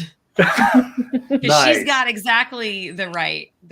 Because here's the thing, like I will not tolerate. I will be so angry if the person cannot sing the part of Glinda and like really do justice to it. And that's what's so great about Kristen Chenoweth is that she has the real legit training to really pull off the part. Because if you go in and you do some Ariana Grande pop thing, she's a wonderful singer, but that is not what I want to hear from Glinda. Like I want that little taste of opera. Either. Yeah. But no, I want like a legit singer who can really do it. No, absolutely. I think that's going to be the trickiest thing. And that's why my like honest answer is to cast unknowns who can just do it, who can sing it and can act it perfectly. And yeah, like I know the strong, like the Hollywood top contender is Dove Cameron. And I don't know. No. No. I don't want to see her. Like I don't want to see it, but some people have convinced, like some internet people that I've watched have convinced me that she wouldn't be terrible. And again, like I don't think she'd be terrible, but I don't think she would be nearly as good as whoever Glinda is cast as should be. And I don't want to see it. I don't want Dove Cameron to be Glinda, but who knows? She has the Chenoweth's support. Not that that makes a difference in the scheme of things, but there it is. Miriam, who's your Glinda? Is it Dove Cameron? No, it's a big left turn. I kind of feel like Lizzo would be really fun.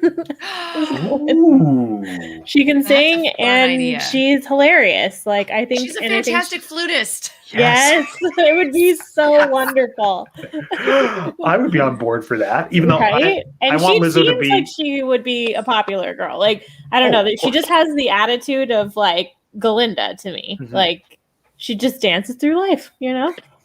Just love her. I would be on board.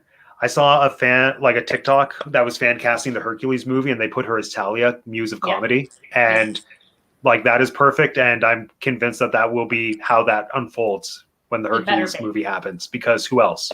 Who else will be Talia? But in the meantime, I'd be happy to have her as Glinda. Yeah, and then she can flute. Very popular. Yes. It'd be the best. Amanda, who's your Glinda? I really am having, again, a hard time because like Kristen she really made that role what it is. And so everyone else has to live up to that. And they're very big ruby red slippers to fit into. Vocals alone, I don't want to hear anything about the looks or the acting or the person at all, but I'm just thinking about literally like the first number of the musical, and I'm like, who's going to be able to hit those really high notes? And the only person I can think of is Mariah Carey. Okay. And so I just was like, who can hit those really high? Like I couldn't even ever pretend to do those whistle tones in my life.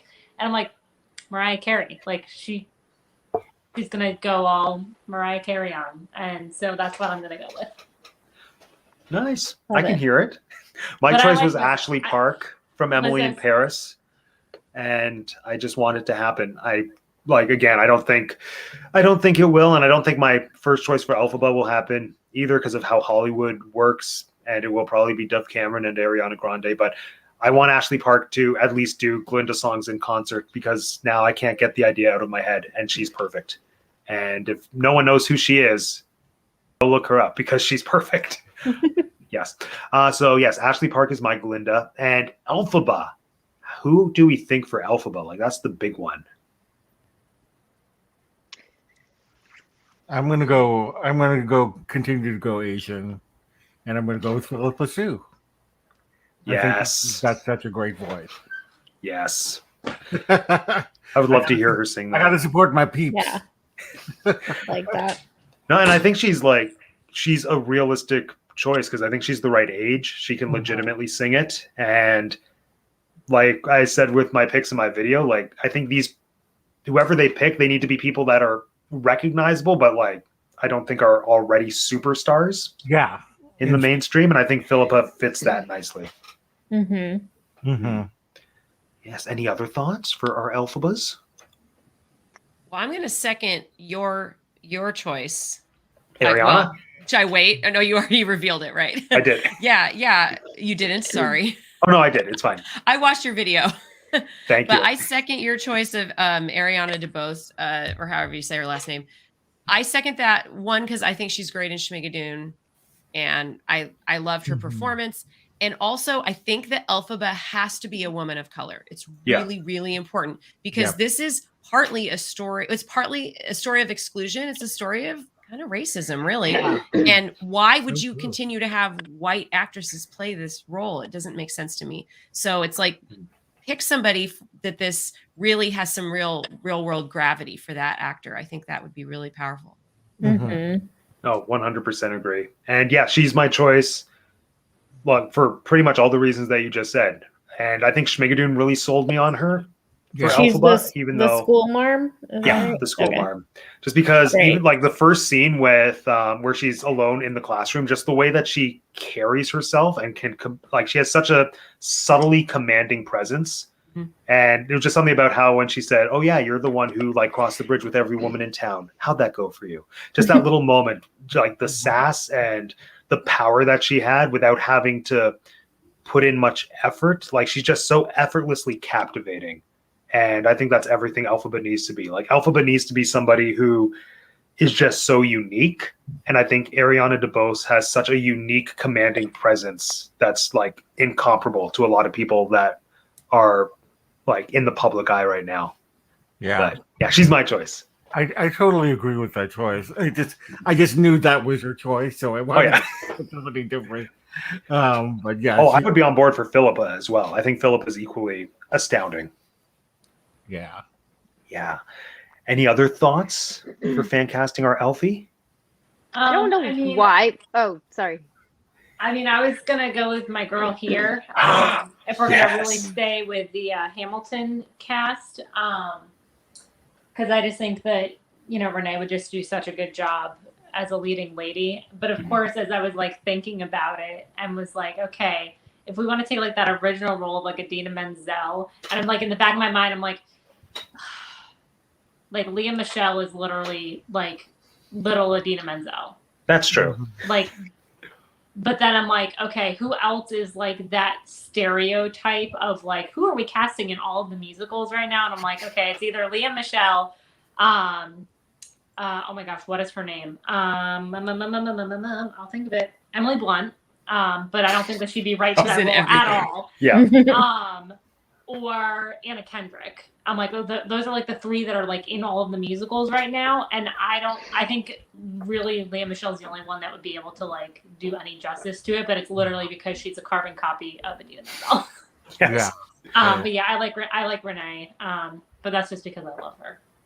But put anybody that can actually sing. I'm with you, Matt. If it's somebody, I would rather like an unknown person, make their big debut in this movie. And be like the next, Philippa Sue, who like, she wasn't, unless you were like super into Hamilton when it first came out, you wouldn't have known who she was. I want something like that. I want a newbie. Yeah. No, absolutely. And let's check the comments. We have a vote for Jennifer Hudson. Ooh, yeah. Which I think she could do anything. Yeah. She could sing it. Cynthia Erivo, also a queen. Except would she be Elphaba or Glinda? No, she's definitely an Elphaba. Definitely Elphaba. She sang the Glinda song at the PBS concert, which I would like. If you have Cynthia Erivo, why wouldn't you have her sing "No Good Deed"? Someone wrote that in one of the comments on the video, and then I just felt what a missed opportunity. Also, because I didn't love the cover that they did of "No Good Deed" in that concert, but that's just me. So yeah, I think we have a pretty solid lineup of people, and I love that no one said Dove Cameron or Ariana Grande. because those Mm-mm. those really do seem to be the two front runners. And I don't want to hear Ariana Grande do like she's great at what she does. I don't want to hear her do what she does in Wicked. no, like, I think that's yeah. Can you imagine the riffs that would happen in like No Good Defying Deed Gravity. and Defying Gravity? Like the riffs can be like I've listened to all the riffs of Defying Gravity, but I can just hear. It just I would feels- say I agree with you because she kind of her version of A Whole New World was not great. It wasn't a whole to new your world. point, there was too much this. I was like, whoa, can we hold one note for just? It was a little. Also, Although her- changing. Go ahead. Her I Won't Say I'm in Love was perfection. It was good. I did like that I one. did enjoy that. Yeah. But I think Elphaba has to be a little bit more of a tortured soul, you know? And Yeah. I think you look at Ariana Grande and you say, here's this gorgeous, beautiful, teeny tiny little cute person and Perky. everybody Yeah. adores her. And What's it's her like, struggle? that's not what, that's Yeah. not what Elphaba Yeah. is. Elphaba is tortured soul. Like, I love it when, you know, Glinda's teeny tiny and Elphaba is really tall or she's bigger or she's different. That's- She's something, Yeah. she needs to be different. You Yeah. know? Mhm. I could see her more as Glinda. That's what I was. Yeah, I Yeah. was like, if I'm gonna Yeah. put Yeah. her anywhere in this, that's where I put her. I don't know. Oh. She Adele burst. I don't know why, but for Elphaba, like I whenever I think of things like this, I never think of like, can they sing? I'm like, I hope they can, but like, I don't know why, but the facial structure and the ability to again have emotion, but to appear kind of inward and maybe a little dark. I'm obsessed with her anyway, so I kind of just put her in everything. Is Zoe Saldana? I don't know why I do that, but I just like her face for that. That's really the reason I'm putting her in there. But I feel She like has we've that seen her ability- green. Yeah, Gamora. Blue, green, blue, all colors. Oh, yeah. She's in all the Avatar. colors. Yep. Yeah. That's right. Blue. I love her. I'm obsessed. I mean, like, I will just put her in any cat. Like, if you ask me for a cast of a movie, she's going to end up somewhere in that cast. So I knew this was going to happen, and that's where she fell for this one. I'm here for it. Yeah. Yeah, no, I'm here for I like that it. as well. But to the Ariana point, I was watching before I did my video. I like binged other people who fan casted Wicked, and then I came across Catherine Steele's video, who's like a pretty big musical theater YouTuber, and then she had a really excellent point, and she's the only person who has made me. She's given me a perspective that has made me accept that if Ariana and Dove Cameron are cast, that it, like I'll still see the movie, whereas before I probably wouldn't have. But she said that Ariana Grande would work if she plays it as Elphaba and not as Ariana Grande playing Elphaba, because she had like she's such a multi-million-dollar brand, like as Ariana Grande, how she looks and how she sings and how she does everything. But if she were to just play the role not as Ariana Grande and like to actually tap into her musical theater roots and sing it properly, she could potentially do it. And then to back that up, I found a video of Ariana Grande singing The Wizard and I when she was 13, before she was super famous. And she sings it so much better than she did at the NBC concert when she sang it like she sings everything now. So I do think the potential is there, but yeah, Can she pull back on her Ariana? exactly. Yes. Can she not have a ponytail? That's the Okay, question. so speaking of the ponytail, Matt, so you were saying how like Defying Gravity, like how that works, like she like swings the cape. Instead of swinging the cape, she's gonna just swing the ponytail. And the like cape, she'll yep. helicopter and then just go flying. That's it. I did Oh, have wait, one. we have here a good one for Moana. Oh, Moana that is was I all thought about that. He would Yeah. be incredible. yeah, that'd be a good idea. Okay, so I had who are we one more casting The idea Rock for. as? Oh, sorry. What'd you say, Amanda? Oh Sorry. no, who are we casting The Rock as? Yeah. Because then I Oh, need The The Rock. Rock. Oh yeah, He's the wizard. 100%. Maybe He's he's Bach. he's the the Bach. doctor. Yeah. I was Oh, going to say he's the doctor. Yeah. Dwayne the Bach Johnson. Jeanette, make that Photoshop happen, please. Oh my God. That one. And oh no, you know who the 'Cause- doctor has to be? It has to be, he has to reprise his role in goat attire is McAvoy. Oh, there you go. Goat I man. just Amazing. watched that again. Hilarious. Oh, I had such a another good thought for movie. Glinda, and that would Who is be Beanie Feldman. She was just Yeah. cast in Funny Yes! Girl, Oh and she my would be gosh.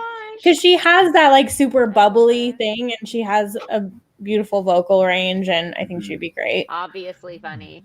She's someone else. Like, put her in anything, and I'll be happy. Yeah, I Yeah. even like I agree with everyone. I would like to see Elphaba be a woman of color, but if they didn't go that way, I think Beanie Feldman, especially if you're going to do it against Leah Michelle, I think that Beanie Feldman is the perfect antithesis of Leah Michelle because she is kind of same in that mold, but she's not copying anybody like I think Leah Michelle is. Well said.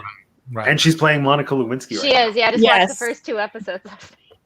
Yeah, And she's also in the Merrily We Or first Roll Along episode. movie, which makes me so happy, but also so sad because that was my dream in film school was to make that musical a movie over the course of 20 years.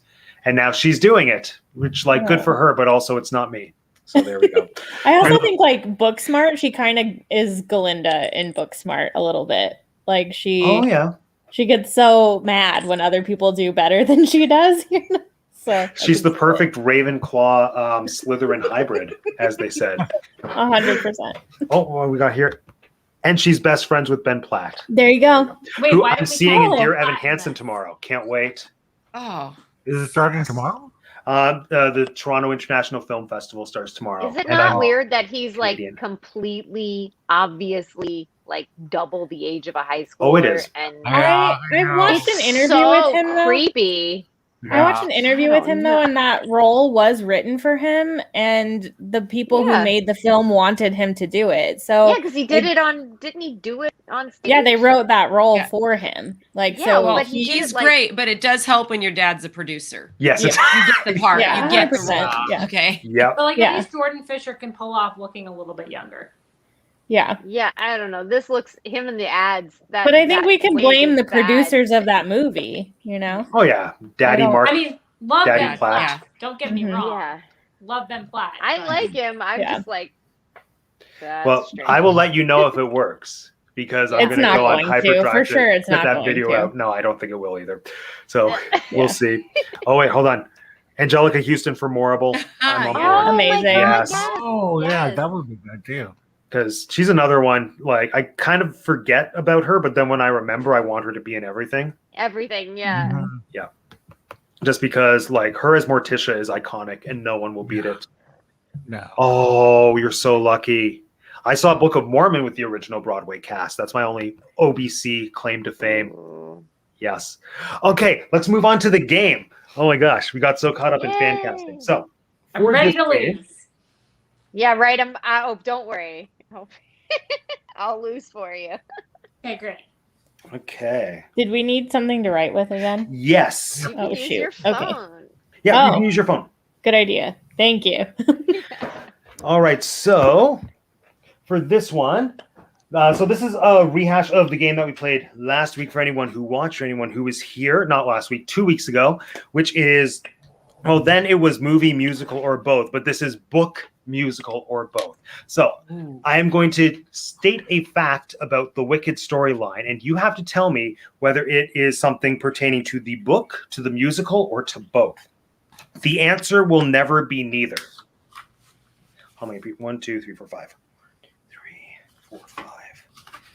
Okay. Hide. Churro Fund. Just write my scoreboard. Get some clues. All right, here we go. Wait. I'm not done. Okay. Dun, dun, dun, dun, dun, dun, dun, dun, dun. Talk amongst yourselves. Okay. I'm nervous because I read the book so long ago. Oh. I think you and Lauren are the only ones who've actually finished the book, so you have a leg up. I So, think I I've mean, read if it it's in twice. the It's been first- like 15 years. Oh my gosh. But I mean, if it's in the I know first, like The first 50 pages, 50 then I'm good. pages. What we got here? Ready. Miriam, you have a fan of your channel name. Thank you. Who doesn't love churros? I don't want to meet that person. Okay, here we go. Musical, book, or both. And there will be spoilers. Ahem. Elphaba's mother had an affair with the wizard.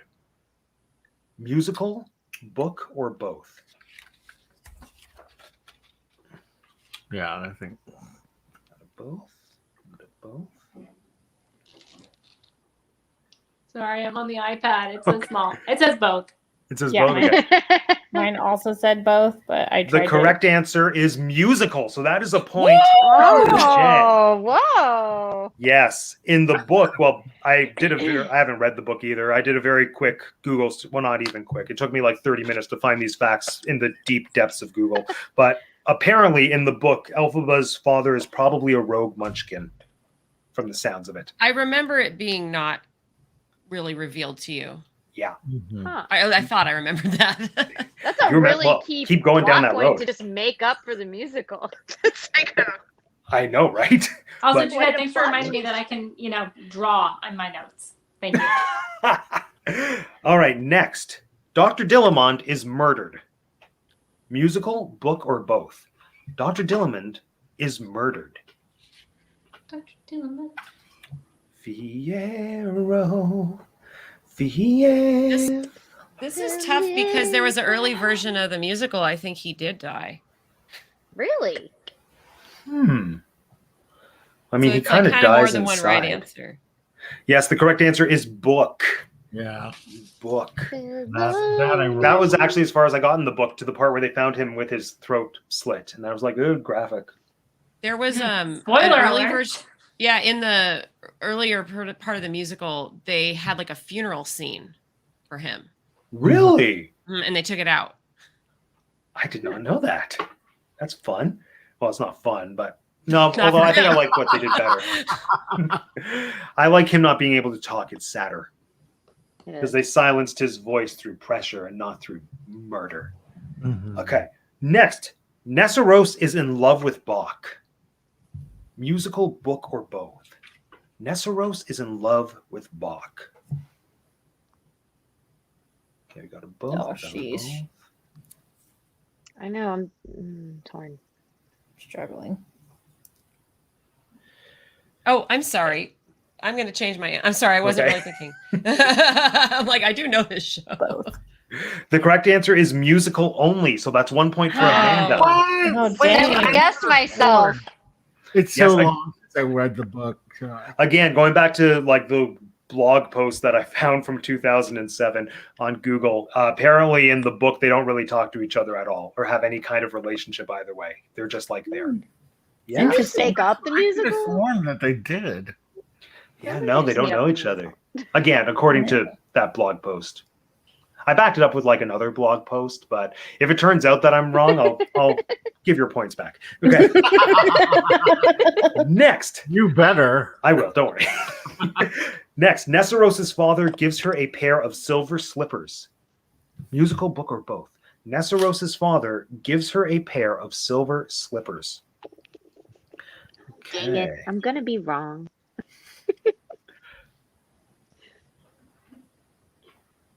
The answer is both. Oh, yeah. Good job. Yes. Oh, this is the first game that I'm like super stumped in. Ironically, the two that read- read the book didn't. I get know. it. I read the book and watched the musical. I can't. It's been so long since I've done. Yeah. either. Oh yeah, no, I hear you. Okay, next, here we go. Fiero's face is covered in blue diamonds. Musical, book, or both? Fiero's face is covered in blue diamonds. Here we got one for book, book, book, book. And you're all right. It's the book. But in an early version of the show, he had like a face tattoo, and they took it away. Yes. I Interesting. tried to find pictures, but I couldn't find any. But I think they said it looked like he was bruised awkwardly, and so it didn't play. But it would have been. Oh, imagine if they do it for the movie. They would never. But imagine if they did. Well, they write a lot in the book about she remembers what he looks like, his whole body. They talk about it and all the markings on him. It. That's true. Yeah, I remember the book is very descriptive and Yeah. very graphic in some parts. Yeah, and That- kind of gross in some parts. Yes. This sounds like I really need to read this book. It's not for kids. It is not. Yeah. No, when I was 13 and wanted to read it, my mom said absolutely not. I don't. This is getting better and better. I really have to read this now. For good. Okay, next. Elphaba's father is the governor of Munchkinland. Musical, book, or both? Elphaba's father is the governor of Munchkinland.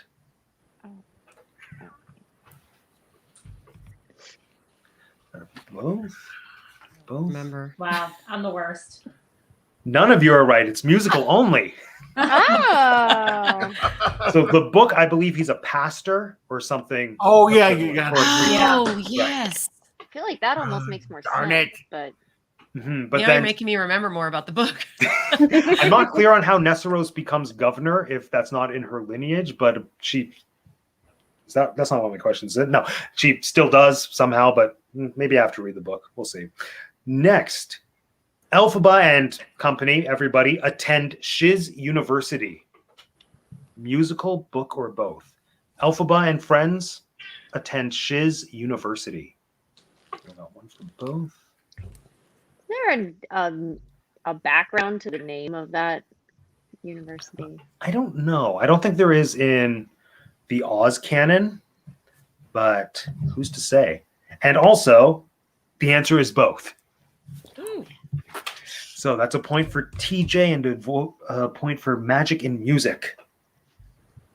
Okay, next. Glinda's last name is Upland.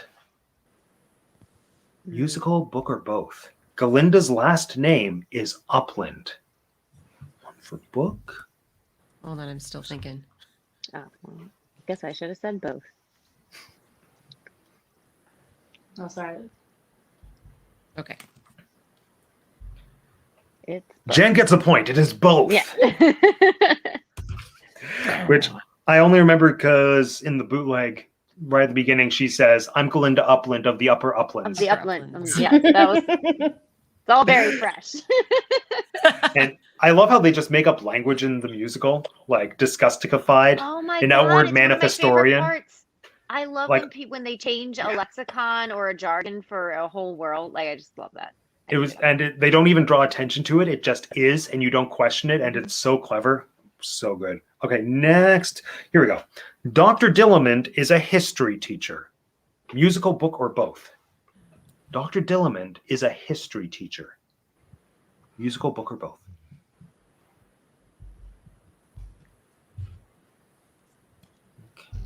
Ding ding.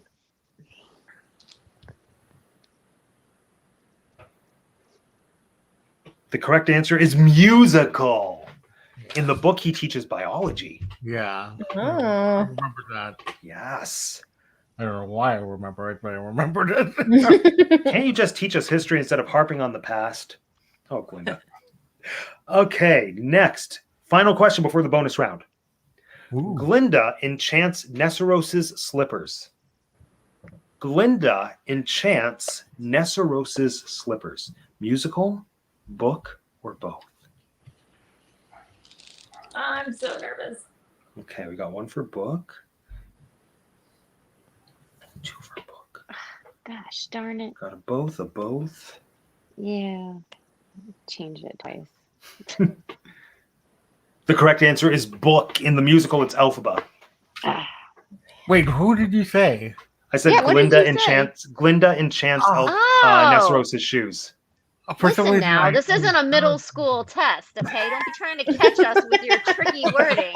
Get out of here with all that. Hey, I'm a middle school teacher. Hey, hey. Is this And not you're the true? one Do who not caught reword it. questions to make sure exactly. Okay, here we go with the Make sure you're points. paying attention. Now, I'm going to say I'm very proud of tonight's bonus question. Good luck. So, as always, you can choose how many of your points you would like to wager. Amanda, you have 6. How many would you like to wager? Oh gosh, why can't we hear the question first? Because. Why can't I hear how many points? Can we hear everybody how? else Yeah, all has the first? scores. Okay. Yeah, what are all the scores? Okay, Miriam, you have 5. Lauren, you have 2? That doesn't seem right. I know What why. is it? But Does it's that feel true. right? It's 2? Okay, 2. It's true. I think this is the worst I've ever done. In one of them. I think you said that the last time I was on too. You could still bounce back. Okay. Jeanette, you have 4. And Jen, you have 7. So we'll do a go around again. Ooh. Amanda, what would you like to wager? I will wager 5. 5, okay. Miriam, I'm gonna do all 5. 5, All of it. okay. Ooh. Mhm. Lauren, I'm going to go all in. I can't lose. I mean, true. Okay, Jeanette, All in. all in, okay. And Jen, I guess I'll do all of them. okay. I'm sticking with my 5 because if everybody else gets it wrong and I still get it wrong, then I'm still at a point. That's true. Well said. The Bob Barker Oh. style over here. That's a good idea. Okay, your bonus question. Spell Fiero. oh, wait. I didn't know we needed. Oh, but we can't hold them up yet, right? Because then No. we'll. This is mostly because when I was coming up with the questions, I was trying to search his name and realized I couldn't spell it, and I got really frustrated and wanted to see how many other people could spell Fiero. Okay, tell us when Assume you want it's us not to show. the obvious way. Is there an obvious way to spell Fiero? Well, like an Italian, Fiero. I don't know. P-H. Fiero. Okay. Does everyone have it? Fiero. Yeah. Fiero. Oh, All right. I Here we guess go. I'll do that. Show us in 3, 2, 1. It is Fiero. Dang it, I F-I-Y. changed it at the So last Lauren, minute. Jen. Is it just Lauren and Jen? It's not me. Not me. Okay, Jen, you are our winner with 14 points. Jen. Jen is Let us undefeated in the be Teacup glad. for One. Yes. Let us be grateful. Congratulations. Oh, I mean, I'm happy that I'm not the only one who can't spell Fiero. Oh, I was sure you were going to ask about the ending of the book versus the musical because they are not the same. that would have been the obvious thing, but then Fiero's Oh, spelling frustrated me. That's so- exciting. I thought you were going to ask a question about the slathering of oil on Elphaba. I considered it. It's that in the book? Yeah, it's in the book. She This had to book is put getting oil better on and her. better and better. Why did they put Got it. oil on her? That's how There's she has so to much. wash Yeah, because she Oh. can't Oh, have she- water. because she's Did they- allergic to Did they water. ever explain the water thing in the musical? They never go out of their way. They just make it known, right? She's playing into rumors and stereotypes in the musical. Okay. But in All the right. book, she really is. Yeah. She Yeah. can't Wow. get it. How does the book end? What's the big difference? What I happens? haven't Guys. finished reading it. Don't tell me. Oh, no, okay. Oops. Yeah, said I'm it. going to read it. I That's didn't hear you, so it's exciting. fine. I didn't Yeah, I hear didn't you. hear it either, Matt. No, not the water end, resistant. it's a lot more ambiguous, is my understanding, Mhm. than Oh. what we get in the musical, Interesting. and a lot sadder or darker. It is darker, yeah, for Has sure. anyone read the sequel? Son of Oh, a there Witch? is a Actually, sequel. No, there's a sequel, yeah. Mhm. Yeah, But it's I think not there's a two sequel to the sequels. There's one ending about in the lion. musical. Oh, I haven't Is seen it the Lion really? one. Yeah, I there's think the one lion. about It's called Lion Among Men. her son. Oh yeah, she has a kid. Yeah, Well, yeah. Yeah, and I think Fiero has a kid as well in the book. He had Can't kids remember. before. I think he was married and had kids or something. It was Yeah, weird. that sounds right. Yes, but I think the big takeaway is we're all going to go read the book, and then we'll Yeah. start a book club. Yes. You'll be Yes. disturbed. Have fun. Okay. Yeah, so there's Son of a Witch, Mhm. and then A Lion Among Us. I don't know if it's I'm assuming a Son of a Witch goes along with it. I'm literally just looking at the last Yeah. page of the book Yeah. here. It's related. Yeah, so there's 2. And then there are other ones, like other fairy tales. Yeah, that I he know wrote. Confessions of an Ugly Stepsister was his Mhm. first one, and I haven't seen it, but that was a made-for-TV movie for Wonderful World of Disney. That's how I Hmm. first discovered Gregory Maguire, because I thought that was cool, like a stepsister story. Yes, please. Then I was reading, and then they said, "Oh, he wrote one about the Wicked Witch too." And then a couple years later, it was a musical. yep. Yes, Awesome. but this reminds me, now I want to go find that TV movie because I want to see what he did with the stepsister. That would be equally interesting. Right. So fun. So, any closing thoughts for Wicked before we wrap things up for this evening? No, I mean just No. that it was. Awesome. I mean it was fantastic for someone who'd seen it for the first time. It was really it was nice to finally. It was kind of like putting a face to a name. Like I knew so much about it, but I never actually viewed it. It was really, like I said, a lot of hype, but it was definitely tops. It was up there. Fun. Well, recently I rewatched like the version you had where it was all the different casts. My Yeah. daughter, who's 7, she watched it with me, and I think that was one of my most fun moments around this musical is watching my daughter kind of fall in love with it. So Oh, hopefully some of you nice. get a chance to experience that too. And so kind of just re-experiencing it through her eyes, which, you know, a lot of us do with Disney too. Mhm. Seeing them love the things we loved growing up, and it's really fun. Beautiful. All right, everyone. Well, thank you so much for joining us for talking about Wicked tonight. I can't believe this was almost 2 hours. I could go for like another 2 just talking Wicked. This is great. All right. Well, let's do a quick sign off. So one by one, I'm going to full screen you. Tell us who you are. Remind us where we can find you on the social medias. And if you have any upcoming projects that you would like the people watching to know about, this is the time. Plug it away. Plug it like it's a Glade plugin and you're trying to refresh the scent of a room. Here we go. Let's start with Jen. Well, we are The Magic in the Music. My family and I have the channel. We are on YouTube. You can also find us on Facebook at We're The Magic in the Music. And we aren't cool, so we don't have like other social media. but come check it out. We have lots of fun Disney stuff, Disney Vacation Club stuff, music stuff, and a lot of fun character meal dining reviews coming up, and some trip vlogs. So we'd love to see you all there. Can't wait. Thank you for joining us, Jen. Always a pleasure. Thank you. All right. Amanda, same question. Well, I'm Amanda from the Hydeland Adventure, and that's where you can find us on all sorts of social media, Instagram, YouTube, TikTok, Facebook. Not really Facebook. That's just a copy of Instagram. So just go to Instagram. And we kind of have taken like this little step back from YouTube for a little bit just because of life. So if you want to like actually talk with us and interact, Instagram's definitely the place. But we are going to the new Remy Ratatouille ride this weekend. So we'll be doing that and eating all the foods.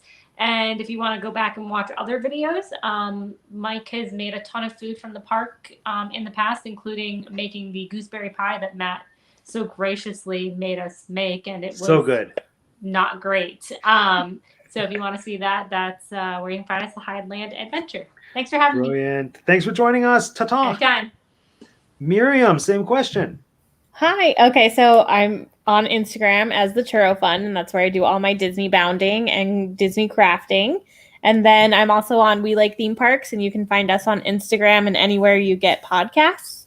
And we just talk about Disney and Universal and everything we love about the theme parks.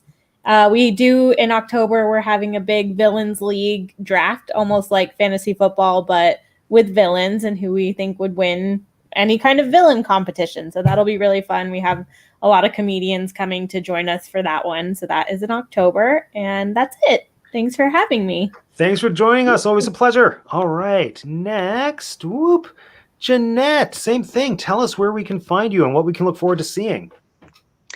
So you can find me at TinkerJ787 on Instagram. It's following me and my family through a little bit of our life in Maryland, but mostly our trips to Disney. We have annual passes, so we try to get down as often as we can.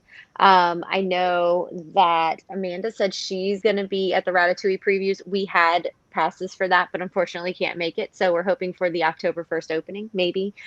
So we'll see what happens with that.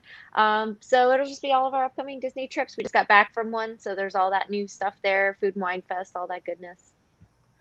Brilliant. All right. Thank you, Jeanette. Always a pleasure. Until next time. Thank Ta-ta. you so much. And Lauren, same question. All right. Well, we are Castlescapes and Clones. You can find us on YouTube. You can find us on Instagram at Castlescapes and Clones.